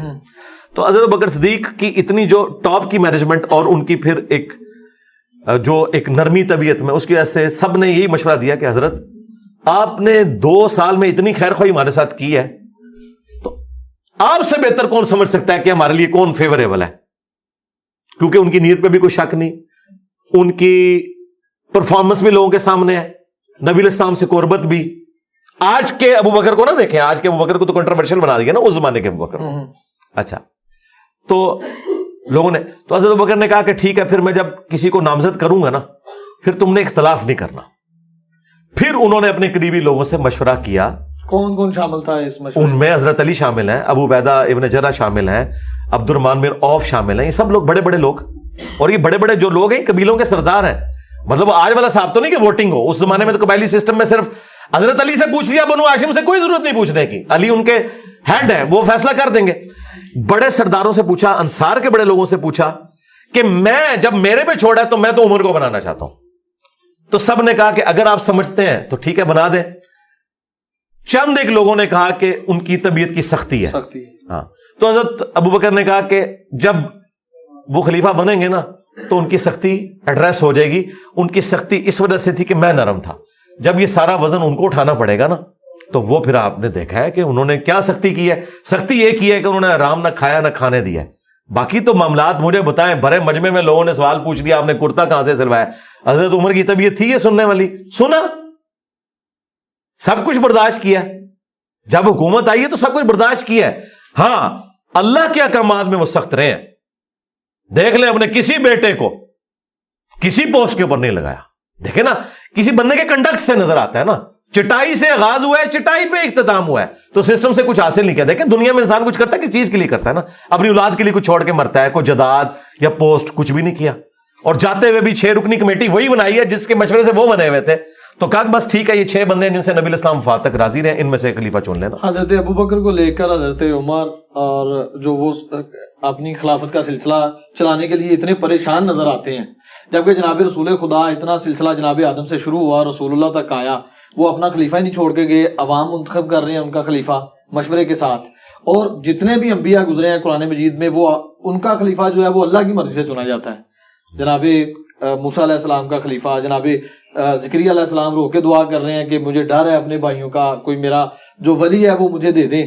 تو اس کے بارے میں آپ کا کیا موقع؟ اس کا میں جواب دوں گا تو پلانٹ ارتھ سے باہر جائے گا چھکا مارے. مجھے بتائیں رسول اللہ سے پہلے خاتم النبیین آیا کون ہے؟ جب نبوت ختم, سب کچھ ختم, کون سا خلیفہ؟ کسی کی اہلیت ہے کہ وہ رسول اللہ کی پوسٹ کو سنبھالے ختم نبوت کے بعد؟ ختم نبوت کا مطلب کیا ہے؟ اب اللہ نے زمین پہ کسی سے بات نہیں کرنی, تو کس کی جرأت ہے کہ نبی کی سیٹ پہ بیٹھے آ کے, اور وہ غیر نبی ہو؟ نبی کی سیٹ صرف نبی سنبھال سکتا ہے, اور سب سے بڑا نبی خاتم النبیین, اس کی سیٹ غیر نبی کیسے سنبھال سکتا تھا؟ یہ مثالیں جب دیتے آپ اس سمجھے. داؤد کا خلیفہ سلیمان ہو سکتا تھا نا, داؤد علیہ السلام خاتم النبیین نہیں ہے, اور ان کا بیٹا پیغمبر ہے, ختم نبوت نہیں ہوئی, تو پیغمبر کا خلیفہ پیغمبر. آپ پہلے مجھے یہ مثال دیں کہ انسانی تاریخ میں نبی نے غیر نبی کو کبھی خلیفہ کیا ہو, اس کی تو مثال ہی کوئی نہیں موجود. تو اب آپ کیوں ڈیمانڈ کر رہے ہیں کہ ابو بکر اور علی خلیفہ ہوں؟ کہ نبی نے اپنے خون سے خلیفہ چنا نا. نہیں, وہ بات آئے گی, میں پہلے آپ کو مثال ختم کر رہا ہوں. یہ مثالیں انبیاء کی دیتے ہیں. نبیوں کے بعد نبوت کا سلسلہ جاری تھا, تو نبی کا خلیفہ نبی ہوتا تھا. پہلے کوئی تاریخ انسانی میں یہ ثابت کرے کہ نبی نے غیر نبی کو کبھی خلیفہ بنایا ہو. کیا علی نبی ہیں؟ تو بس شاکی کوئی نہیں. تو پھر آپ ان کو کس نے خلیفہ تو رسول بنانا چاہتے ہیں؟ نبی علیہ السلام کا خلیفہ وہ ہوگا جو نبی ہو, کم از کم نبی ہو. اور میں اس سے اگلی بات کرتا ہوں, وہ کم از کم نبی ہو اور سیکنڈ ٹو پروفٹ ہو. یعنی حضرت ابراہیم اگر اس کے لیول کا کوئی بندہ ہوتا نا تو میں مانتا کہ وہ حضور کا خلیفہ ہوتا, لیکن ختم نبوت کے بعد کس طرح آپ کسی انسان کو, لہٰذا وہ مثال دینا, آپ اس مقدمے کو سمجھیں. یہ سب سے بڑا فراڈ ہے جو یہ لوگ کر رہے ہیں غالی شیعہ, کہ وہ مثالیں دیتے ہیں پرانی. یہ اس طریقے سے نہیں ہوتا, دودھ اور چونا برابر نہیں ہو جاتا. جب نبی کا خلیفہ کبھی غیر نبی ہوا ہی نہیں ہے تو آپ کس طرح غیر نبی کو خلیفہ مان رہے ہیں, جبکہ ختم نبوت ہو چکی ہے. ختم نبوت کا مطلب یہ ہے جو مولا علی نے کہا آسمان کا زمین سے رشتہ منقطع. ناج البلاغہ میں جو مولا علی نے رسول اللہ کی میت پہ خطبہ دیا ہے کہ یا رسول اللہ آپ کی موت باقی نبیوں والی نہیں ہے, اب آسمان کا زمین سے رشتہ منقطع ہو گیا. مولا علی خود مان رہے ہیں کہ ابھی کام ختم ہو چکا ہے. جب کام ختم ہو گیا تو خلافت کی ضرورت نہیں ہے. اچھا, اب خلیفہ پھر اگر نبی کا کوئی خلیفہ اس طرح کا روحانی ہونا چاہیے تو وہ خلیفہ پھر ایسا ہونا چاہیے جس سے ہم استفادہ کر سکیں, میں بھی استفادہ کر سکوں. تو لائیں کدھر ہے وہ خلیفہ؟ علم میں جناب امیر کا, جناب امیر کے سامنے موجود نہیں نا. علم میں جناب امیر میری بات سنیں, بہادری میں, جنگ میں, آپ جتنے بھی سرکار یہ ساری باتیں آپ کی درست تھیں نبی الاسلام کی وفات کے وقت. میں آج پوچھ رہا ہوں کہ میں نے نبی الاسلام کے خلیفہ سے ملنا ہے, کدھر ہے وہ؟ اگر آپ کہتے ہیں وہ قبر میں ہے تو میں کہوں گا وہ اگر قبر میں ہے تو میں رسول اللہ کی قبر پہ کیوں نہ جاؤں, میں نے اس کی قبر پہ جا کے کیا کرنا ہے؟ تو جو بخاری میں حدیث ہے, نہیں وہ بعد میں آ گیا, پہلے آپ ڈاکٹرن کلیئر کرتے جائیں کہ مجھے تو اس خلیفہ کا فائدہ ہے کہ جو مجھے کہے کہ میں حضور کا ساتھی ہوں, یہ حضور سے میں نے سنا ہے, تو یہ لو علی یہ نوٹس بنا لو. مجھے اس طرح بھی بتانے والے 1300 سال پہلے قبروں میں جا چکے, اس کا مطلب ہے نبی کا کوئی خلیفہ نہیں ہے. لیکن میں آپ کو بتا دوں نبی کا خلیفہ آج ہی موجود ہے, قرآن. یہ قیامت تک نہیں ختم ہوگا. تو نبی الاسلام کا خلیفہ ہے قرآن. جو حضرت ابو بکر عمر عثمان علی ہیں یہ خلیفۃ الرسول وہ والے خلیفہ نہیں ہیں جو انبیاء کے خلفاء ہوتے تھے. یہ خلیفۃ الرسول ہے صحابہ کے اجماع کے ساتھ آپ کے نظام حکومت کو بعد میں چلانے کے لیے. دین جو ہے وہ مکمل ہو چکا, اور اس میں یہ خلفاء بھی جو دینی فیصلہ کریں گے وہ قرآن و سنت میں پیش ہوگا, اور یہ قرآن میں لکھا ہوا ہے. جہاں سے آپ لوگ ایک ٹکڑا اٹھاتے ہیں وَأُولِي الْأَمْرِ مِنْكُمْ وَأُولِي الْأَمْرِ مِنْكُمْ, اگے بھی ٹرو نا, فَإِن تَنَازَعْتُمْ فِي شَيْءٍ فَرُدُّوهُ إِلَى اللَّهِ وَالرَّسُولِ. اولو الامر کہتے ہیں نا مولا علی کو, اولو الامر کہتے ہیں سنی ابو بکر کو. تو آگے کیوں آیا ہے کہ جب جھگڑا ہو جائے تو اللہ رسول سے فیصلہ کرواؤ؟ اس کا مطلب ہے کہ اولو الامر اس قابل نہیں ہے کہ وہ اللہ رسول کا سکسیسر ہو سکے, اس اعتبار سے کہ وہ 100% کریکٹ ہو. کہا کہ جب تمہارا امیر سے جھگڑا ہو تو تم نے قرآن اور سنت سے فیصلہ کروانا. اگر قرآن و سنت کا خلیفہ ابو بکر عمر عثمان و علی تھے تو فیصلہ پھر قرآن و سنت سے کیوں کروا رہے ہیں؟ اس کا مطلب ہے ان سے اختلاف بھی آپ کر سکتے ہیں. لوگوں نے کیا ہے, حضرت علی سے بھی اختلاف کیا ہے, حضرت ابو بکر سے بھی کیا ہے, عمر سے بھی کیا ہے. ختم نبوت وہ ٹائٹل ہے جس نے وہ ساری ایگزامپلز ختم کر دی جو پہلے تھیں کہ نبیوں کے خلیفہ نبی ہوتے تھے. بھئی نبی الاسلام کو تو اللہ نے ختم نبوت کے ساتھ یہی کہا ہے نا, ما کان محمد ابا احد من رجالکم, محمد تو مردوں میں سے کسی کے باپ نہیں ہے بلکہ وہ تو خاتم النبی. اس کا مطلب کیا ہے کہ کوئی بھی حضور کی اولاد میں سے مرد نہیں بنے گا کیونکہ وہ خاتم النبیین ہے. یہ بھی مطلب ہے اس کا. تو دوسری جگہ پہ قرآن یہ بھی تو فرماتا نا کہ حسن حسین ان کے بیٹے ہیں. نہیں, قرآن نہیں فرماتا, حدیثوں میں. ہاں جی وہ بیٹے ہیں نا, لیکن وہ بیٹے اس سینس میں کہ غیر پیغمبر ہے نا, پیغمبر تو نہیں ہے نا, ختم نبوت ہو چکی ہے. اس فرق کو آپ سمجھیں. حسین علیہ السلام بے شک بیٹے ہیں, سب کچھ ہے, نبی نہیں ہے. ختم نبوت کا تقاضا یہ تھا. اچھا میں آپ سے پوچھتا ہوں, حسین علیہ السلام سے تو زیادہ حقدار نبی الاسلام کی اپنی اولاد ہے, ابراہیم بن محمد. تو ان کی تو ڈیتھ ہوگی نا. ڈیتھ کیوں ہوئی ہے؟ وہ قرآن میں ہے نا, ما کان محمد ابا احد من رجالکم ولکن رسول اللہ و خاتم النبیین. ختم نبوت کا تقاضا یہ تھا. اچھا میں تو یہ سمجھتا ہوں کہ اگر حضرت امیر حمزہ زندہ ہوتے تو پہلا خلیفہ انہوں نے بننا تھا, کیونکہ نبی الاسلام کی مبارک زندگی میں یہ جو آج مثالیں دی جا رہی ہیں نا کہ حضور کے مصلی پہ ابو بکر کھڑے ہو گئے, پھر لوگوں نے پتا کیا کہنا تھا, یار دیکھو بدر میں آرمی چیف نبی الاسلام نے اپنی جگہ ان کو آگے بھیجا ہے آرمی چیف بنا کے. مولا علی آگے ضرور گئے لیکن آرمی چیف کے طور پہ نہیں, آرمی چیف کے طور پر امیر حمزہ, بدر میں بھی احد کے اندر بھی. تو لوگوں نے سیدھا سیدھا کہنا تھا کہ نبی الاسلام کے سکسیسر امیر حمزہ ہے, خاندان قریش میں سے بھی ہیں, بنو ہاشم میں سے ہیں, ان کو چونا جائے, یہ ہو جانا تھا. لیکن ظاہر ہے کہ اللہ تعالیٰ کو کچھ اور منظور تھا. میرا لگا یہ چیپٹر کلوز ہے, اس پہ ہم جتنی بھی پانی میں مدانی ماریں گے نا اینڈ دل وہی نکلنا. آخری کو اصل پھر آگے بڑھیں گے ہم کہ بخاری شریف میں جو حدیث ہے کہ میرے 12 خلفاء ہوں گے, 12 امام ہوں گے, تو یہ 12 وہ سلسلہ جو 30 سال تک چلتا ہے خلافت کا, خلافہ راشدہ کا. اس کے بعد نظام تقریباً درہم برہم ہو جاتا ہے. ایک چیز. دوسری چیز آپ نے کہا کہ یہ نظام بہت مضبوط تھا جناب ابو بکر سے جو شروع ہوا, اتنا مضبوط تھا تو تقریباً 4 سال 2.5 سے 4 سال تقریباً عرصہ جناب ابوبکر کا، 12 سال جناب عمر کا، کوئی 10-12 سال حضرت عثمان کا، اور اس کے بعد پھر کیا ہوتا ہے وہ سب آپ کے سامنے ہے۔ اتنی جلد اتنا مضبوط سسٹم کیسے زیر ہو گیا؟ سسٹم کیا سر، پولیٹیکل پورشن کولیپس ہوا ہے، باقی تو ترقی آج تک ہو رہی ہے۔ آج کا بادشاہ محمد رسول اللہ ہے، بے شک۔ کیوں ہے؟ پولیٹیکل گورنمنٹ کی وجہ سے نہیں، دلوں میں راج کر رہے ہیں، انقلاب آ گیا ہے۔ آج چنگیز خان کا کوئی ماننے والا نہیں ہے، رومنز اور پرشینز کی کوئی لیگیسی نہیں چل رہی ہے۔ تو یہ ایک پورشن ہوا ہے، یہ اتنا رونا بھی نہ رویا کرے، صرف پولیٹیکل سسٹم کولیپس ہوا ہے۔ باقی نبی علیہ السلام کی جو مبارک دعوت آج جس طرح اپنے عروج کے اوپر ہے نا، انسانیت نے اتنا بڑا کبھی عروج نہیں دیکھا کہ پیغمبر کو گئے دنیا سے 1500 سال ہو گئے ہیں، اور آج بھی 2 ارب لوگ اس نام کے اوپر اپنی جان دینے کے لیے تیار ہیں۔ یہ بہت بڑی ایک انقلاب ہے۔ صرف پولیٹیکل سسٹم ایک آپ کہیں گے اس کا ایک کمزوری اس میں آئی، فیلئر آئی، باقی تو اوورآل یہ سارا معاملہ چلتا رہا، اور اس میں بھی چند ایک چیزیں تھیں جن کو آپ بات کر سکتے ہیں۔ اور جو دوسری بات آپ نے کیا کی تھی اس میں، جو آپ نے سٹارٹ لیا تھا، ایک تو یہ بات میری امت کے 12 امام ہوں گے۔ 12 خلیفہ نہیں، امام نہیں ہے، امام نہیں، چلے خلیفہ ہیں اس میں الفاظ۔ ہاں جی جی۔ نبی علیہ السلام نے فرمایا کہ یہ حدیث اگر آپ پوری پڑھیں تو آپ کو کلیئر ہو جائے گا۔ آپ نے فرمایا کہ بنو اسرائیل کے جو سیاست تھی وہ ان کے انبیاء دیکھا کرتے تھے، اور ایک نبی فوت ہونے سے پہلے دوسرے کو اپنا سیاسی خلیفہ بھی بنا کے جاتا تھا، اور وہ سارا نبی کو۔ میری امت میں یہ نہیں ہوگا۔ اس میں اب وہ والی بات میری سپورٹ ہوگی کہ نبی علیہ السلام کا سکسیسر کوئی نہیں ہوگا۔ آپ نے فرمایا کہ میری امت میں ایسا نہیں ہوگا، کوئی ختم نبوت ہو چکی ہے، البتہ خلیفہ ہوں گے اور بہت زیادہ ہوں گے، وہ چلتے رہے۔ اب یہاں پہ خلیفہ ان معنوں میں نہیں کہ آپ خلیفہ راشد کے معنوں میں، خلیفہ سے مراد ہے حاکم وقت، آپ اسے ملک کہہ لیں، بادشاہ کہہ لیں، ان معنوں میں اس وقت یہ اپنی یعنی اس اصطلاح کے معنوں میں نہیں، لغت کے معنوں میں ہو رہا ہے۔ وہ جو آپ خلفۂ راشدین 30 سال ہے نا، وہ اپنی اصطلاح میں جو اصل خلیفہ ہونا چاہیے آئیڈیلی وہ 30 سال کی خلافت ہے۔ اس کے بعد جو خلافت ہے وہ ملوکیت ہے۔ آپ اسے خلیفہ، تو میں نے کہا تھا آپ عمران خان نواز شریف کو بھی اگر آپ خلیفہ کہہ لیں پرائم منسٹر کے معنوں میں، تو ہاں وہ 12 نبی علیہ السلام فرمایا کہ 12 خلفات، وہ حدیث جو اس کے ساتھ آپ اس کو جوڑیں، نبی علیہ السلام فرمایا کہ 12 خلفاء تک اسلام کا جو یہ والا ایک سسٹم ہے یہ غالب رہے گا، اور وہ 12 کے 12 قریش میں ہوں گے۔ ان 12 کو نبی علیہ السلام نے خلیفہ راشد نہیں کہا، وہاں 12 خلفاء کا ذکر ہے۔ ٹھیک، تو اگر آپ اس کی کیلکولیشن کریں تو اس وقت تک اسلام کا جو ایک ایکسپینشن والا معاملہ تھا وہ بڑا تیزی سے ہوا۔ جس طرح آپ 3 یا 4 پیڈل مارے نا تو تھوڑی دور تک سائیکل چلتی ہے نا، جو 30 سال کی محنت تھی نا وہ 130 سال تک نکال گئی۔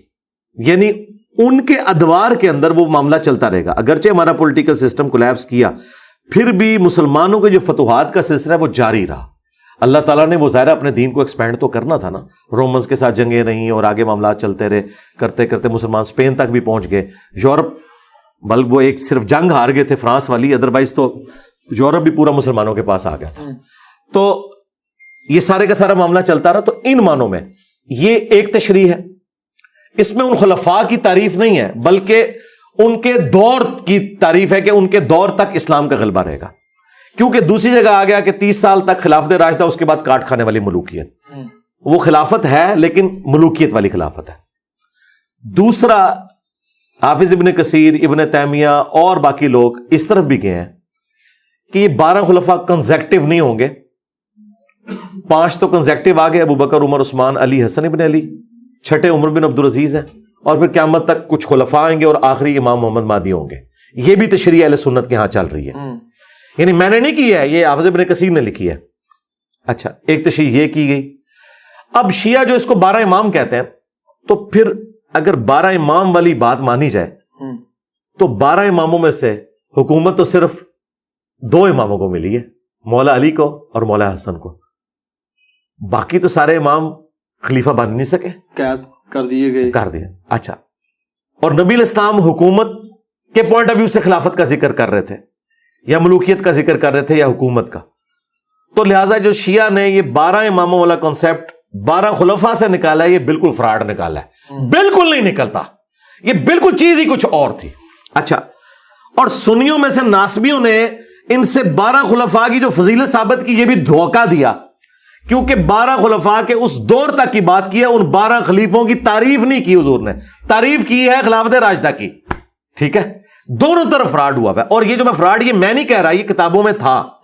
خود ابن تیمیہ نے منہاج السنہ لکھی شیعہ کے خلاف, لیکن اتنا سخت وہ سنی ہونے کے باوجود بعض اوقات اس میں ناسبیت بھی نظر آ جاتی ہے. اس نے کہا بھی یزید اور اس کا باپ ہم انہیں مسلمانوں کا بادشاہ مانتے ہیں, خلیفہ راشد نہیں مانتے.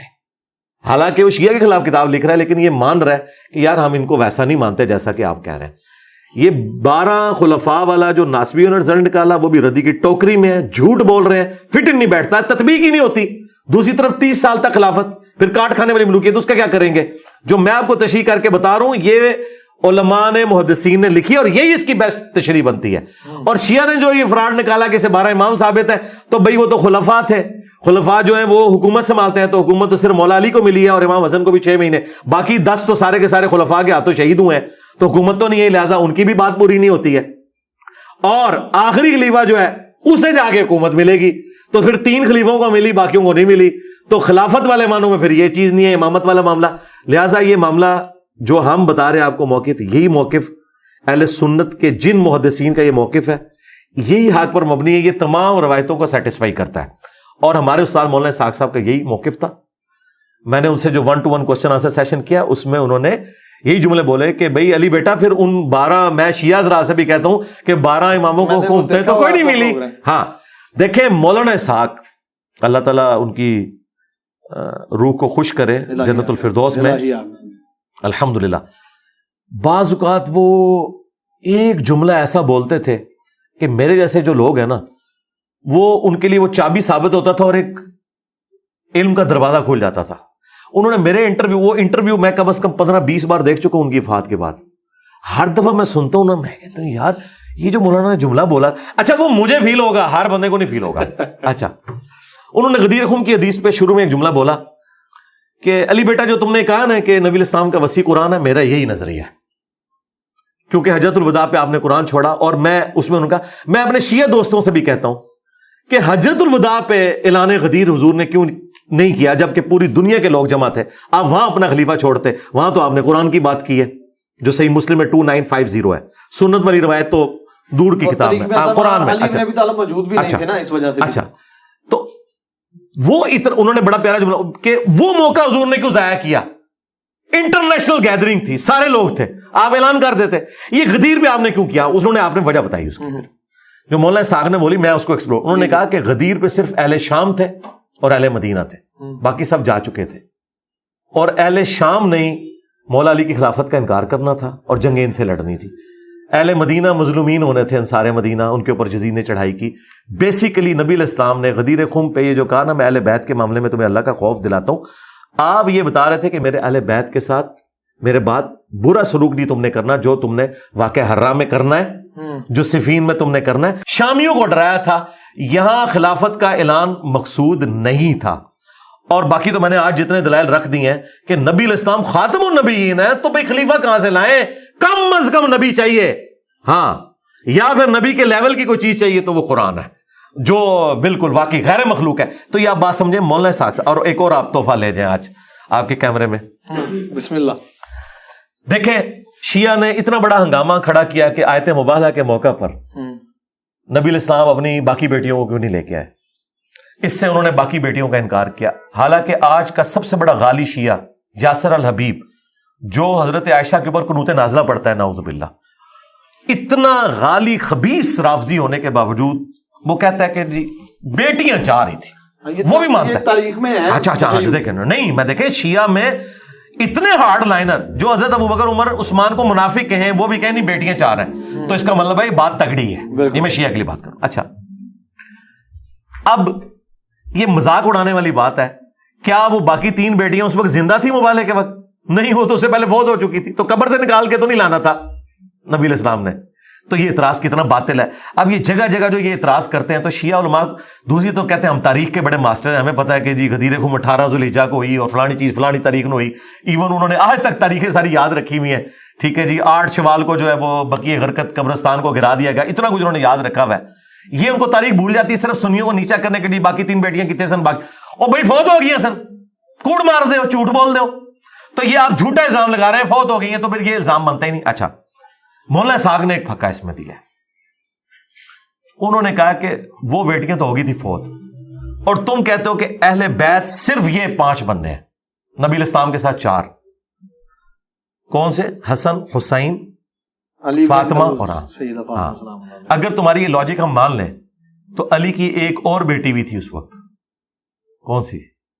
زینب. حضرت زینب. ان کو مباہلے میں کیوں نہیں لائے؟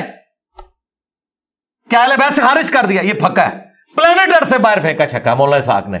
اگر زینب مباہلے میں نہیں آئی، حضرت علی کی بیٹی، حسن و حسین کی بہن، تو کیا وہ اہل بیت سے خارج ہو گئی ہیں؟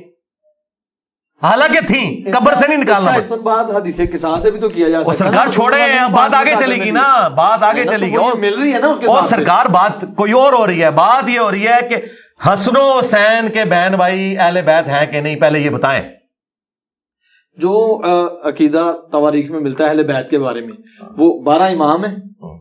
تو پھر تو میں کہتا ہوں، تو میرا تو خیال ہے پھر اہل بیت کے ساتھ یہ دشمنی ہے کہ مولا علی کی بیٹی جس نے یزید کے دربار میں اپنے بھائی حسین کا مقدمہ لڑا، اپنے باپ کا مقدمہ لڑا، اگر وہ اہل بیت نہیں ہے تو اڈے جڑے پوڈری تے چرسی دربارہ تے بیٹھے ہوئے اہل بیت بنے تھے، ایک دو اہل بیت ہو گئے نے جڑے آتے ہیں یہ امتی تے اسی اہل بیت. تو بھائی یہ بات ہے، یہ بات نہ کرے، آپ بھی گنہگار نہ ہو جائیے گا اللہ کے حضور، پکڑے نہ جائے. لا حول ولا قوت الا باللہ. تو حضرت علی کی ساری اولاد جو فاطمہ سے وہ سب اہل البیت ہیں، چاہے وہ جناب محسن ہو چھوٹی عمر میں جو شہید ہو گئے، اہل سنت کے ہاں بھی وہ ہیں، لیکن وہ والا واقعہ نہیں جو یہ کہتے ہیں. بالکل. حسن و حسین بھی، اور ان کے ساتھ ان کی سسٹر زینب. زینب اس وقت 1.5-2 سال کی تھیں جب مباہلہ ہوا ہے، اور ان کو اٹھا کے جانا کوئی مسئلہ نہیں تھا. اور بڑی حیران کن بات ہے کہ فاطمہ سلام اللہ علیہ انہیں گھر کسی کے پاس چھوڑ کے آئی ہوں گی، لے کے ساتھ جانا کمفرٹیبل تھا. اور میں کہتا ہوں شکر ہے گھر چھوڑ گئی ہیں. آج ہم ان کو گیچے سے پکڑ سکتے ہیں کہ بتاؤ اگر اس طرح تم نے اہل بیت سے لوگوں کو خارج کرنا ہے تو زینب بنت علی کیا اہل بیت سے خارج ہے؟ جو زینب بنت رسول اللہ کو تم اہل البیت سے خارج کرتے ہو تو یہ ظلم نہ کرو. البتہ یہ بات درست ہے کہ باقی 3 بیٹیوں سے نبی علیہ السلام کی اولاد نہیں چلی، اولاد یہیں سے چلی ہے، آل محمد یہی ہے. لیکن ہر بات یہ مولانا اسحاق صاحب نے ایک پھکا دیا تھا، میں نے آپ کو بتایا بعض کا وہ اتنی بڑی یعنی پھکا دیتے تھے جس کا جواب ہی ممکن نہیں. بخاری و مسلم میں بلکہ آپ نے کہا تھا میں ختم کروں گا، آگے چلوں گا، آپ آگے چل ہی نہیں رہے. میں حدیث پہ آ گیا نا آگے کہ سائے ستہ میں امام حسین علیہ السلام کے قاتلان سے بھی احادیث لی جاتی ہیں. اور جبکہ اہل بیت کو دیکھیں، یہ امام حسن کو، امام حسین کو، جناب علی بن ابی طالب کو، جن کے بارے میں رسول فرماتے ہیں کہ میں علم کا شہر ہوں، یہ علم کا دروازہ ہے، ان سے احادیث بہت کم لی جاتی ہیں. جبکہ امام باقر، امام جعفر صادق سے بھی بہت کم لی جاتی ہیں. حضرت ابو ہریرہ رضی اللہ تعالیٰ عنہ خیبر کے وقت مسلمان ہوئے، ان سے 5500 یا 55,000 تقریباً اس طرح سے. نہیں 55,000 نہیں، 5500 مشکل سے. ہاں. اور دوسری بات یہ ہے کہ مجھے بتائیں کہ ابو ہریرہ کہاں سے قاتلان اہل بیت ہو گئے؟ نہیں میں یہ نہیں کہا، تو آپ نے 4-5 باتیں مکس کر دی ہیں نا، تو آپ سٹیپ وائز لے کے معاملات کو کرنا. ہاں، پہلی بات ہے قاتلان جو اہل بیت ہیں یا جو ناسبی ہیں، ان سے اگر کوئی روایتیں لی ہیں اہل سنت کے اماموں نے تو وہ تائید میں لی ہیں، اور ساتھ ان کا سٹیٹس بھی بتایا. کسی کا اہل بیت کا دشمن ہونا اس چیز کا متقاضی نہیں ہے کہ وہ روایت حدیث میں جھوٹ ہی ضرور بول رہا ہوگا، یہ ضروری نہیں ہے. اسی طریقے سے دوسری طرف آپ یہ کیوں بھول جاتے ہیں کہ امام بخاری نے کم از کم 100 ایسے راویوں سے احادیث لی ہیں جو شیعہ تھے، وہاں کیوں نہیں اعتراض کرتے؟ وہاں اگر ہم اعتراض کریں کہ امام بخاری نے شیعہ سے لے لی، اس لیے کہ وہ سمجھتے تھے کہ ان کا عقیدہ اپنی جگہ لیکن روایت حدیث میں وہ سچے ہیں. آپ وہ روایت میں بحث کر سکتے ہیں کہ یہ فلاں روایت فلاں ناسبی سے لی تھی اور دیکھو اس سے غلط عقیدہ نکل رہا ہے، اس پہ آپ بحث کر سکتے ہیں. یہ جن لوگوں کو رافضی یا ناسبی کہہ رہے ہوتے ہیں، ہم انہی لوگوں سے دوسرے لوگوں کی شان میں حدیثیں ثابت کر دیتے ہیں. مثلا سنی امام زہری کو کہتے ہیں کہ یہ شیعہ تھا، اور بعض جو غالی شیعہ ہیں وہ کہتے ہیں یہ سنی تھا، اور جو درمیان میں کہتے ہیں اس کی زندگی کے 2 پیریڈ ہیں، کیونکہ دونوں طرف روایتیں ملتی ہیں. وہ حضرت علی کے حق میں بھی بولتا ہے اور حضرت ابوبکر کے حق میں بھی بولتا ہے. تو بات یہ کہ اس طرح جب دونوں طرف، جب میری کوئی ویڈیو لگا لے جنگ صفین پہ تو اسے لگے گا یہ کوئی شیعہ ہے، ٹھیک ہے نا، آپ کو کہا بھی جاتا ہے. ہاں تو مجھے کوئی فرق نہیں، مجھے سب کچھ کہا جاتا ہے اللہ کے فضل سے، کوئی فرق نہیں ہے. امام شافعی کو بھی کہا گیا تھا. حضرت عمر کو جناب علی کا داماد کہا جاتا ہے. جی بالکل ٹھیک ہے، یہ تو ثابت ہے، شیعہ کی کتابوں سے ثابت ہے. کیسے؟ کہ ام کلثوم ان کے عقد میں تھی، شیعہ کی کتابوں سے ثابت ہے، اور بڑے سخت الفاظ میں وہ تو بلکہ تعویل کرتے ہیں کہ یہ زبردستی معاملہ ہوا تھا. یہ وہ نہیں، میں نے اہل سنت کی کتاب میں بذات خود ان گناہگار آنکھوں سے پڑھا کہ حضرت عباس جناب رسول خدا کے چچا رضی اللہ تعالیٰ عنہ، انہوں نے فرمایا کہ علی آپ مان جائیں، آپ کو پتہ ہے کہ عمر کتنے سخت ہیں. جی ہم ان روایتوں کو بالکل غلط کہتے ہیں. دیکھیں اہل سنت کے ہاں جو ایگریڈ اپون چیز ہے وہ یہی ہے جو صحیح بخاری میں ملتا ہے کہ ام کلثوم سیدنا عمر کی بیوی تھی، اور حضرت علی سے جو رشتہ مانگا تھا وہ اہل البیت سے اپنی نسبت بنانے کی وجہ سے مانگا گیا تھا. یہ زبردستی نہیں ہے. مجھے بتائیں حضرت عمر فاروق رضی اللہ تعالیٰ عنہ نے تو وہ سٹیٹس انجوائے کیا ہے کہ اوپر خدا اور نیچے عمر تھے، تو ان کے لیے گن پوائنٹ پہ یہ حرکت کرنا اور پھر اہل بیت کے ساتھ کرنا کہ مسلمانوں کی گالیاں کھائیں، یہ کون بیوقوفی کرے گا؟ یہ ایسی بات کی فٹنگ نہیں بیٹھتی. ایج ڈفرنس جو وہ ایج ڈفرنس کوئی مسئلہ نہیں میرے بھائی، ایج ڈفرنس کوئی مسئلہ نہیں، یہ آپ کے مسئلے ہیں. اگر عورت بالغہ ہو ایج ڈفرنس کوئی نہیں ہے. مجھے بتائیں نبی علیہ السلام اور سیدہ عائشہ کا ایج ڈفرنس نہیں ہے؟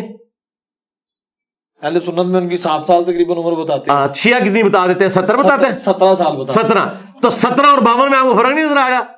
17 30 51 ہوتا ہے. بالغ تو ہوں گے. اور نہیں سرکار، بالغ تو وہاں بھی ہے نا. ہم تو کہتے ہیں عرب میں 9 سال کی بچی بالغ ہو جاتی تھی، یہ تو ایک پورشن ہے نا. غیر مسلم کہتے ہیں کہ ایک ڈفرنس بہت ہے. تو 17 30 51 حضرت عائشہ جو ہیں وہ اپنی عمر میں سیدہ فاطمہ سے بھی چھوٹی تھی، تو اعتراض تو ابھی بھی اپنی جگہ موجود ہے. تو ہم اس کو اعتراض بنائیں گے؟ چھوڑیں یار، یہ غیر علمی باتیں ہیں. اگر نبی نے کسی عورت کو بیوی کے طور پر چوز کیا، ایک ڈفرنس کتنا بھی ہے، اور وہ عورت راضی ہے، تو تیسرے بندے کو کیا تکلیف ہے؟ یہ آج کے دور کے مسئلے ہیں. یہ تب ہو جب کوئی زبردستی معاملہ ہو، پھر ہم کہیں گے. مجھے بتائیں یہ کون سا قاعدہ قانون ہے کہ مرد و عورت کی اتنی ایج ڈفرنس، مثلا ہمارے پنجاب کے معاشرے میں کہتے ہیں جی 6-7 سال کا ڈفرنس ہو. آج کل تو وہ ختم ہو چکا ہے. اب تو کلاس فیلو ہوتے ہیں، ایک عمر کے ہوتے ہیں. اب کدھر گیا وہ ڈفرنس؟ بلکہ کئی تو عمر میں بڑی ہوتی ہیں 1-2 سال، اور یہ سارے معاملات ہوتے ہیں. اور پھر وہ اس کا اینڈ رزلٹ یہ ہوتا ہے کہ 10 سال کے بعد وہ بیوی ماں لگنا شروع ہو جاتی ہے، کیونکہ مرد تو اتنی جلدی بوڑھا نہیں ہوتا. پھر پرانے لوگوں کی ان کو بات یاد آتی ہے نہیں 7-8 سال کا ڈفرنس ہونا چاہیے. یہ سارے کے سارے معاملات. تو مجھے بتائیں یہ ہر جگہ اپنی اپنی نارمز چل رہی ہیں. عرب کے ملکوں میں آج بھی کوئی معیوب نہیں سمجھا جاتا. معیوب چیز یہ ہے کہ کوئی شخص زبردستی کسی کے ساتھ کوئی معاملہ کرتا ہے اور کوئی بدکاری والا معاملہ کرتا ہے. شادی مطلب میاں بیوی راضی، کیا کرے گا قاضی؟ یہ تو تاریخی باتیں تھی. آپ کے حوالے سے اگر بات کروں تو جتنے بھی سواد اعظم میں علماء کرام ملتے ہیں اخلاقیات کے اعلیٰ درجے پہ خود کو پیش کرتے ہیں، لیکن جیسے ہی آپ کا ذکر آتا ہے وہ تمام تر اخلاقیات کو بھول جاتے ہیں اور گالی گلوز بھی کرتے ہیں، طرح طرح کے آپ کو القاب بھی دیتے ہیں. اس کے بارے میں کیا موقف ہے آپ کا؟ اس کے پیچھے ریزن یہ ہے کہ اصل چہرہ ان کا وہی ہے جو آپ کو نظر آتا ہے میرے آئینے کے اندر. ابھی تک ان کے سامنے آئینہ آیا نہیں تھا. ہاں دیکھیں جب پیر فقیر سب لوگ ان کے ہاتھ پاؤں چومے جا کے ان کے آگے نذرانے پیش کریں اور ایک بندہ آگے یہ سسٹم ہی فراڈ ہے تو ان کی روٹی روزی کے اوپر لات پڑے گی تو تبھی ان کی اصلیت سامنے آئے گی نا. دیکھیں جب مشکل وقت آتا ہے، مولا علی کا ٹیسٹ کس وقت وہ اپنے ٹیسٹ میں پاس ہوئے ہیں؟ جب کافر ان کی تلوار کے نیچے آیا، وہ سینے پہ چڑھ گیا اور اس نے تھوک دیا، وہ ٹیسٹ تھا. تھوک دیا چھوڑ دیا. نہیں عمر ابن عبد الود کی بات نہیں کر رہا ہے، ایک دوسرا، یہ غالباً وہ تو قتل ہو گیا تھا. یہ ایک اور بندہ تھا. تو مولا علی اتر آئے کہ میرا بھوسا شامل ہو گیا. وہاں حضرت علی اس ٹیسٹ میں کامیاب ہو گئے. ان کے اوپر جب یہ وقت آیا یہ ٹیسٹ میں فیل ہو گئے. میں ان کا یہ آئینہ ہوں کہ جو بات کرتے تھے جی سفیان نے تو جی ہندوؤں کے لیے بھی چادریں بچائی ہیں، میں ہندوؤں تو بھی گیا دوسرا. ہاں کتنی گالی مجھے نکالتے. اچھا یہ میں دکھ کے طور پہ نہیں کہہ رہا، میں تو یہ میرے ساتھی گواہ ہے، میں جتنی بار یہ کلپ لگاتا ہوں میں ہنستا ہوں، انجوائے کرتا ہوں، مجھے کبھی غصہ نہیں آیا. اور میں یہ کہتا ہوں یہ گالیاں آپ نکالتے رہے. میں آپ کا اصلی چہرہ بتانا چاہتا ہوں کہ صوفیان نے جتنا لبادہ اوڑا ہوا ہے نا، یہ اصل چہرہ ان کا یہی ہے جو آپ کی زبان سے ظاہر ہو رہا ہے. آپ کے مفادات کے اوپر جب ضرورت پڑتی ہے پھر آپ کا اصلی چہرہ آتا ہے. ہندو جب بیٹھ کے ساتھ آپ کے قوالی گا رہے ہوں گے تو آپ نے چادر ان کے لیے بچھانی ہے. میں تو آگے سیدھا ٹول لوں ہاتھ پانا ہے. میرا تو اسلام میں تو قابل قبول نہیں رہا. جیسے بھی ذکر کیا اچھا یہ ہندوؤں کے ساتھ اس لیے خوش تھے کہ دو رل کے قوالی کرتے سن. ہاں جس سے یہاں بھی آپ دیکھ رہے ہیں کتنے کتنے اختلاف ہوتے ہیں. سوٹا لگانے کی باری آتی ہے سارے کٹھے ہو جاتے ہیں. ہاں یہ سوٹے کٹھے لاندے سن، اس طرح سے راضی میں سوٹا نہیں لاندا. 4-5 دن سے بڑا خوش تھا آپ سے ملاقات کے حوالے سے، یہ پروگرام کے حوالے سے. میں نے جس سے بھی ذکر کیا ہے اس نے ایسے ایسے الفاظ کہے ہیں کہ میں آپ کے سامنے کہہ نہیں سکتا. یہ کہنے کی ضرورت نہیں. ہم ادھر علمی ڈسکشن کے لیے بیٹھے ہیں، ہم کوئی علم حاصل کریں، ہمیں کوئی فرق نہیں پڑتا ہے. اچھا آپ کو پتا ہے پچھلے 100 سال میں نبی علیہ السلام کے خلاف 60,000 کتابیں لکھی گئی ہیں. 60,000 کتابیں انسانی تاریخ میں کسی کے خلاف نہیں لکھی گئی. تو کیا رسول اللہ کا انہوں نے کچھ بگاڑ لیا ہے؟ تو اس سے کوئی فرق نہیں پڑتا. علمی بات ہونی چاہیے. انہوں نے جو کچھ کیا, لوگ کہتے ہیں انجینئر صاحب کی پبلسٹی کس نے کی؟ ہمارے مخالفین نے. مجھے بتائیں, جب انڈیا, بنگلہ دیش, بھوٹان کہ دور دراز کے گاؤں ایریا میں میرے خلاف جمعے پڑھائے جا رہے ہیں, جہاں انٹرنیٹ کا بھی کنیکشن نہیں ہے, کسی کے پاس کوئی کلپ گھومتا گھماتا کوئی ایک قسم کا گستاخانہ سا کلپ پہنچ گیا, اچھا تو انہوں نے خود پبلسٹی کی ہے نا. ہمارے یہاں آج میں نے آپ لوگوں کے سامنے لوگوں سے ہاتھ کھڑے کروائے, 90% نے کہنا نیگیٹو تعارف ہوا ہے. تو وہ تعارف کس نے کروایا؟ انہوں نے کروایا. تو یہ کام چک کے رکھو مولویو, چنگی گل ہے. ایک بالکل قادیانی منو کہندے رہو, اپنی آخرت برباد کرتے رہو, اور ادی ورنہ ساڑی دعوت پھیلے گی, کیونکہ میں پھر تہاڈی منجی ٹھوکاں گا چشتی رسول اللہ اجلی رسول اللہ نو ننگا کر کے.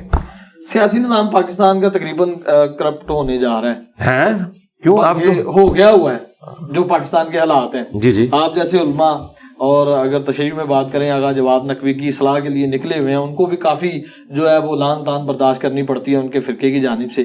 آپ لوگ سیاست میں آ کر اس کو ٹھیک کرنے کا کیوں نہیں سوچتے؟ یعنی آپ کہہ رہے ہیں جو 2 بندے بچے ہیں انہیں بھی گندا کرتے ہیں؟ سرکار نہ, ہمارے اندر شرافت تو مولا علی والی ہے, لیکن چلاکی ہوشیاری بنو امیہ والی ہے. یہ اس وقت حالات فیوریبل نہیں ہے کہ اس گندی سیاست میں اپنے آپ کو داخل کر کے جو ہم دین کا کام کر رہے ہیں اور تطہیر کر رہے ہیں اس سے ہم ہٹ جائیں.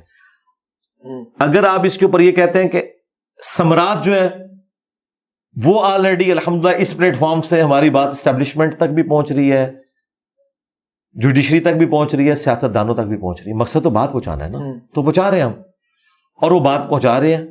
جو آلریڈی یہ کام کر رہے ہیں ان تک بات پہنچے, وہ بہتر پوزیشن میں کہ اپنے معاملات کو آگے لے کے چل سکتے ہیں. اس وقت وہ بڑے طاقتور ہیں. مجھے بتائیں, آج کل ایسے حالات یعنی عجیب و غریب ہو چکے ہیں, لوگوں کے اوپر ایسے سے بلیمز لگا دیتے ہیں. میں کل کو سیاست میں کودتا ہوں اور یہ شیئر ہونا شروع ہو جاتے ہیں اپنی طاقت کے اندر, تو انہوں نے تو میرے اوپر ایسے ایسے الزامات لگانے ہیں کہ جو میں نے دینی کام کیا ہے وہ بھی کریڈیبلٹی لوز ہونی شروع ہو جائے گی. تو ابھی کم از کم میں اپنے دامن کو اس حوالے سے بچا کے چل رہا ہوں. مستقبل میں سیاست کے حوالے سے تو لکیر ہے, ایسا تو کوئی معاملہ ہونے والا نہیں. ہاں یہ ضرور ہو سکتا ہے کہ کوئی پولیٹیکل جماعت جو اچھی ایک فکر لے کے چل رہی ہو, میں اس کو سپورٹ کر دوں اس حوالے سے کہ بھئی یہ باقیوں سے بہتر ہے, لیکن خود نہ تو کوئی حکومتی عہدہ قبول کرنا ہے, نہ کوئی سیاسی جماعت بنانی ہے, نہ کوئی سیاسی جماعت جوائن کرنا ہے. چند شخصیات کے میں نام لوں گا, آپ نے ایک جملے میں ان کو بیان کرنا ہے. مولانا طارق جمیل میٹھی میٹھی باتیں کرتے ہیں جی, اور اتنے پیارے لیکچرز ہیں کہ ہندو بھی سن سکتے ہیں, مسلمان بھی, کافر بھی انجوائے کرتے ہیں. مولانا اسحاق صاحب شیخ الاسلام ہے. اسلام کی تاریخ میں اس لیول کی اتنی بڑی پرسنالٹی مجھے اور کوئی نظر نہیں آتی. آغا جواد نقوی صاحب میں سمجھتا ہوں شیعہ کے اندر مجدد ہیں, کہ انہوں نے تجدید کا کام کیا عقیدہ توحید کے حوالے سے اور اتحاد امت کے حوالے سے.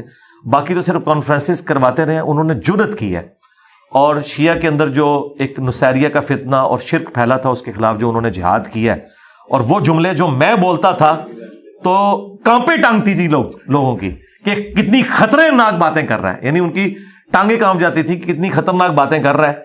وہ انہوں نے کر دی. انہوں نے کہا ہمارے غالی شیعہ قادیانیوں سے بدتر ہیں. بے شک, کیونکہ غالی شیعہ, غالی رافضی جو ہیں نصیریہ, یہ اللہ کے ساتھ شرک کر رہے ہیں, قادیانیوں نے تو رسول اللہ کے ساتھ شرک کیا ہے. یہ بات جب میں کرتا تھا لوگ کہتے تھے او یار یہ کتنی سخت بات کر رہے ہیں, آپ مسلمانوں کو قادیانیوں سے بدتر کہہ رہے ہیں. لیکن یہ بالکل جو انہوں نے بات کی, بالکل میں ان کی جرأت کو سلام کہتا ہوں. قاسم کے ابو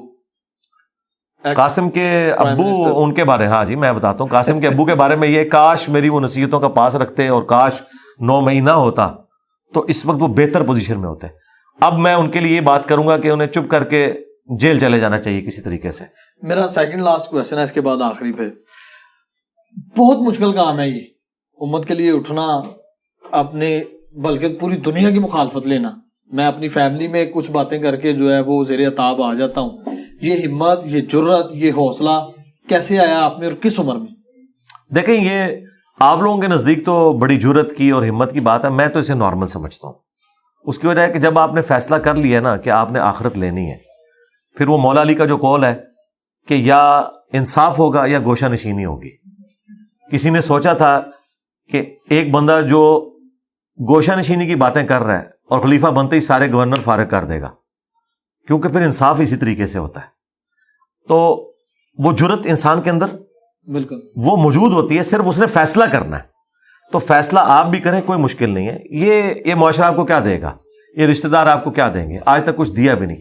میں تو کہتا ہوں دنیا دار لوگ ہیں, وہ اپنے دنیاوی منفعت کی خاطر رشتہ داروں کو جوتے کی نوک پہ رکھ کے پرے پھینکتے ہیں. آپ نے دیکھا نہیں کتنے لوگ ہیں پاؤں کے نیچے کچل کے آگے چلے جاتے ہیں, کہتے ہیں دفعہ ہو, میں نے اپنا آپ کو دیکھنا ہے. بالکل. اگر دنیا داروں میں یہ چیز ہے تو دیندار بندے میں نہیں ہو سکتی. بالکل کہ وہ کسی کی پرواہ نہ کرے, وہ کچلے بھی نہ, صرف کہ ٹھیک ہے تم نے جو بکواسیات ارشاد فرمانے ہیں وہ فرما لو, لیکن میں تو اللہ رسول کے ساتھ کمیٹڈ ہوں, اور یہ میرے ایمان کا بھی تقاضا ہے. یہ میں سب کچھ اپنی آخرت کے لیے کر رہا ہوں, کسی کی آخرت کے لیے نہیں. کیونکہ میں اس وقت تک اپنے ایمان میں اپنے آپ کو کامل نہیں کر سکتا جب تک کہ میں اللہ کو ٹاپ پرائرٹی نہ مان لوں, اس کے پیغمبر کی تعلیمات کو ترجیح اول نہ دے لوں. باقی سب لوگ تو بعد میں آتے ہیں نا. تو میں نے دیکھنا اللہ رسول کی ڈیمانڈ ہے. پاکستان کے تعلیمی نظام کی آخر میں بات کروں گا, اس کے بعد وائنڈ اپ کی طرف ہم چلیں گے. ابھی یہ اسلامیہ یونیورسٹی بہاولپور میں جو واقعہ ہوا اس میں ٹیچر بھی انوالو تھے. بینگ اے ٹیچر میں 2 دن حیرت برتا میں رہا ہوں, سو نہیں سکا کہ یہ معاملہ کس طرف چلا گیا ہے. نیکسٹ ہم اپنے بچوں کو بچیوں کو تعلیم کے لیے کہاں لے کے جائیں گے, کیا سلسلہ ہوگا, سوسائٹی کس طرح صحیح راہ پہ آئے گی؟ میرے خیال ابھی پری میچور ہے, یہ معاملات ذرا سامنے آنے دیں. ڈاکٹر شاہد مسعود صاحب نے بھی ایک جھوٹ مشہور کر دیا تھا زینب قتل کیس کے موقع پر, ہلچل نہیں مچ گئی تھی دنیا میں, لیکن نکلا کچھ اور تھا. یہ وہ جتنے دعوے کر رہے ہیں نا, جب تک انڈیپینڈنٹ کوئی ایجنسی ان چیزوں کو ویریفائی کر کے کوئی چیزیں سامنے نہیں آتی, اس وقت تک ہم اس بڑے لیول کی رائے قائم نہ کریں کہ یہ اس طرح ہوتا ہے. یہ اتنا آسان کام نہیں ہے. یونیورسٹیز کے ہاسٹلز جو عورتوں کے بچیوں کے علیحدہ بنے ہوئے ہیں, بڑے سیکیور ہاسٹلز ہوتے ہیں. اتنا آسان کام نہیں ہوتا, یہ بات کرنا آسان ہے. جب تک اس کی ویریفیکیشن نہیں ہو جاتی نا, اس وقت تک ہم کوئی حتمی رائے قائم نہیں کر سکتے. اگر خدا نخواستہ یہ سب کچھ اسی طریقے سے جو یہ کر رہے ہیں تو ٹھیک ہے, گورنمنٹ کا پھر کام ہے کہ ان معاملات کو سیدھا کرے. یہ یونیورسٹیز کے اندر اس واقعے کے بعد ان کو اپنے معاملات کو سیدھا لے کے چلنا چاہیے اور مستقبل میں. لیکن یہ کہنا کہ ہم نے تعلیم نہیں دلوانی بچیوں کو, یہ بالکل نان سینس اپروچ ہے. اس کی وجہ یہ ہے کہ دیکھیں, اگر آپ کو کھانا پسند نہیں تو آپ یہ کہیں گے کہ آندھا کے بعد میں نے روٹی نہیں کھانی. اگر دودھ آپ کو خالص نہیں مل رہا تو آپ کہیں گے میں چائے پینا چھوڑ دوں گا. آپ اچھے کی تلاش میں رہیں گے. میں تو اس کو اس رخ سے بھی دیکھ رہا ہوں, ہو سکتا ہے بچیوں کو تعلیم سے دور کرنے کے لیے بھی ایک سازش ہو رہی ہو, یا اور کوئی پولیٹیکل گینز ہوں. یہاں تو پھر بعد میں کئی ایک چیزیں کھل کے سامنے آتی ہیں نا. یہ اتنا آسان کام نہیں ہوتا کہ ہم کوئی اس طرح کا ڈیسیژن لے لیں. جب تک کہ میں وہاں کے رہنے والے بچوں یا بچیوں کا انٹرویو خود نہیں کر لیتا, جو انڈیپینڈنٹ سورسز ہیں, اور وہ کنفرم نہیں کرتے, اس وقت تک چند رپورٹوں کے اوپر لائے کر کے کوئی ایکسٹریم, میں نے اس لیے دیکھیں آج کرنٹ افیئر کے طور پہ اسے ڈسکس بھی نہیں کیا, کیونکہ پھر آپ ایک چھوٹے سے واقعے کو بڑا کر کے پیش کرتے ہیں جس کے پیچھے اتنا بڑا گند نہیں ہوتا. تھوڑا بہت گند تو ہر جگہ چل رہا ہوتا ہے نا, سوسائٹی اور گندی ہو جاتی ہے. یہ ضرورت نہیں ہے. آپ قائد اعظم یونیورسٹی کے کسی ہاسٹل میں کوئی ایک چھوٹا سا واقعہ ہو گیا, میں پکڑ کے جس کی آڈینس ملینز میں ہے وہ بیٹھ کے اس کو ڈسکس کرے تو یہ دین کی خدمت کر رہا ہے. یہ کوئی دین کی خدمت نہیں. دین کی خدمت یہ ہے کہ جب کوئی فتنہ بڑا ہو اور واقعی اسٹیبلش ہو جائے پھر آپ اسے للکاریں کہ ہاں یہ آلریڈی ہو چکا ہے. آپ دیکھیں کئی لوگوں نے یہ ماضی قریب میں دعوی نبوت کیا ہے, میری کوئی ویڈیو ان کے خلاف نہیں آئی. وہ یار ان کی اس قابل ہے کہ میں ان کو ڈسکس کروں.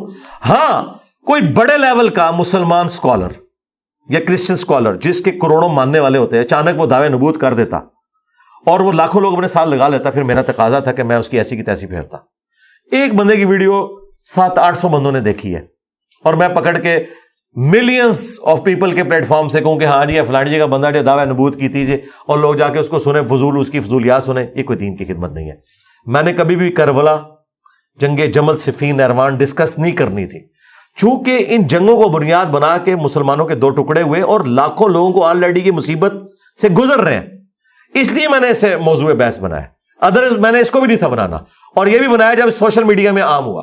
پرانے ہمارے بزرگ اسی لیے ڈسکس نہیں کرتے تھے کہ وہ عام لوگوں کو پتہ ہی نہیں تھے, تو میں ان کو بھی ٹھیک سمجھتا ہوں. وہ بھی آج ہوتے تو میری طرح پھر یہ ڈسکس کر کے آپٹیمل سولوشن دیتے ہیں, جس طرح میں نے بیلنس سولوشن دیا ہے. اور اس زمانے میں جو انہوں نے فتویٰ دیا کہ اسے ڈسکس نہ کریں, وہ بالکل نیک نیتی کے ساتھ دیا کہ جب ایک بندے کو بیسک چیزیں ہر بندے کے پاس, اس زمانے میں پرنٹنگ پریس تو نہیں تھے, کتنے لوگوں نے بخاری شریف پڑھی ہوئی تھی.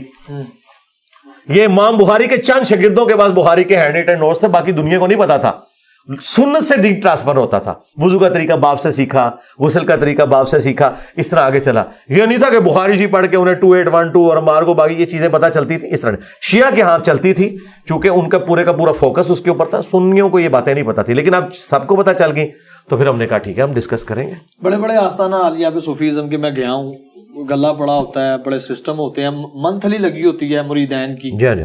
آپ کے میں آیا ہوں, صبح میں نے ناشتہ بھی کیا ہے, چائے بھی ملی ہے, سموسا بھی ملا ہے, پھر کھانا آفر ہوا ہوا ہے, یہ سارا کچھ کیسے مینیج کرتے ہیں؟ بس اللہ کا فضل ہے جی, چل رہا ہے اور چلا رہے ہیں. ظاہر ہے کوئی ہم کوئی یعنی فائنینشلی کوئی اتنے کمزور نہیں ہے کہ ہم یہ معاملات لے کے نہ چل سکیں. کوئی پکی کھاتے ہیں کہ مال نہیں دیکھیں, وہ پورے پاکستان کو تو نہیں روٹی کھلا رہا. اب یہ جہاں پہ یہ چند ایک لوگ ہیں نا جن کو ہم نے کھانے کے لیے روکا, باقیوں کو تو سموسا اور چائے کے اوپر گزارا کرتے ہیں.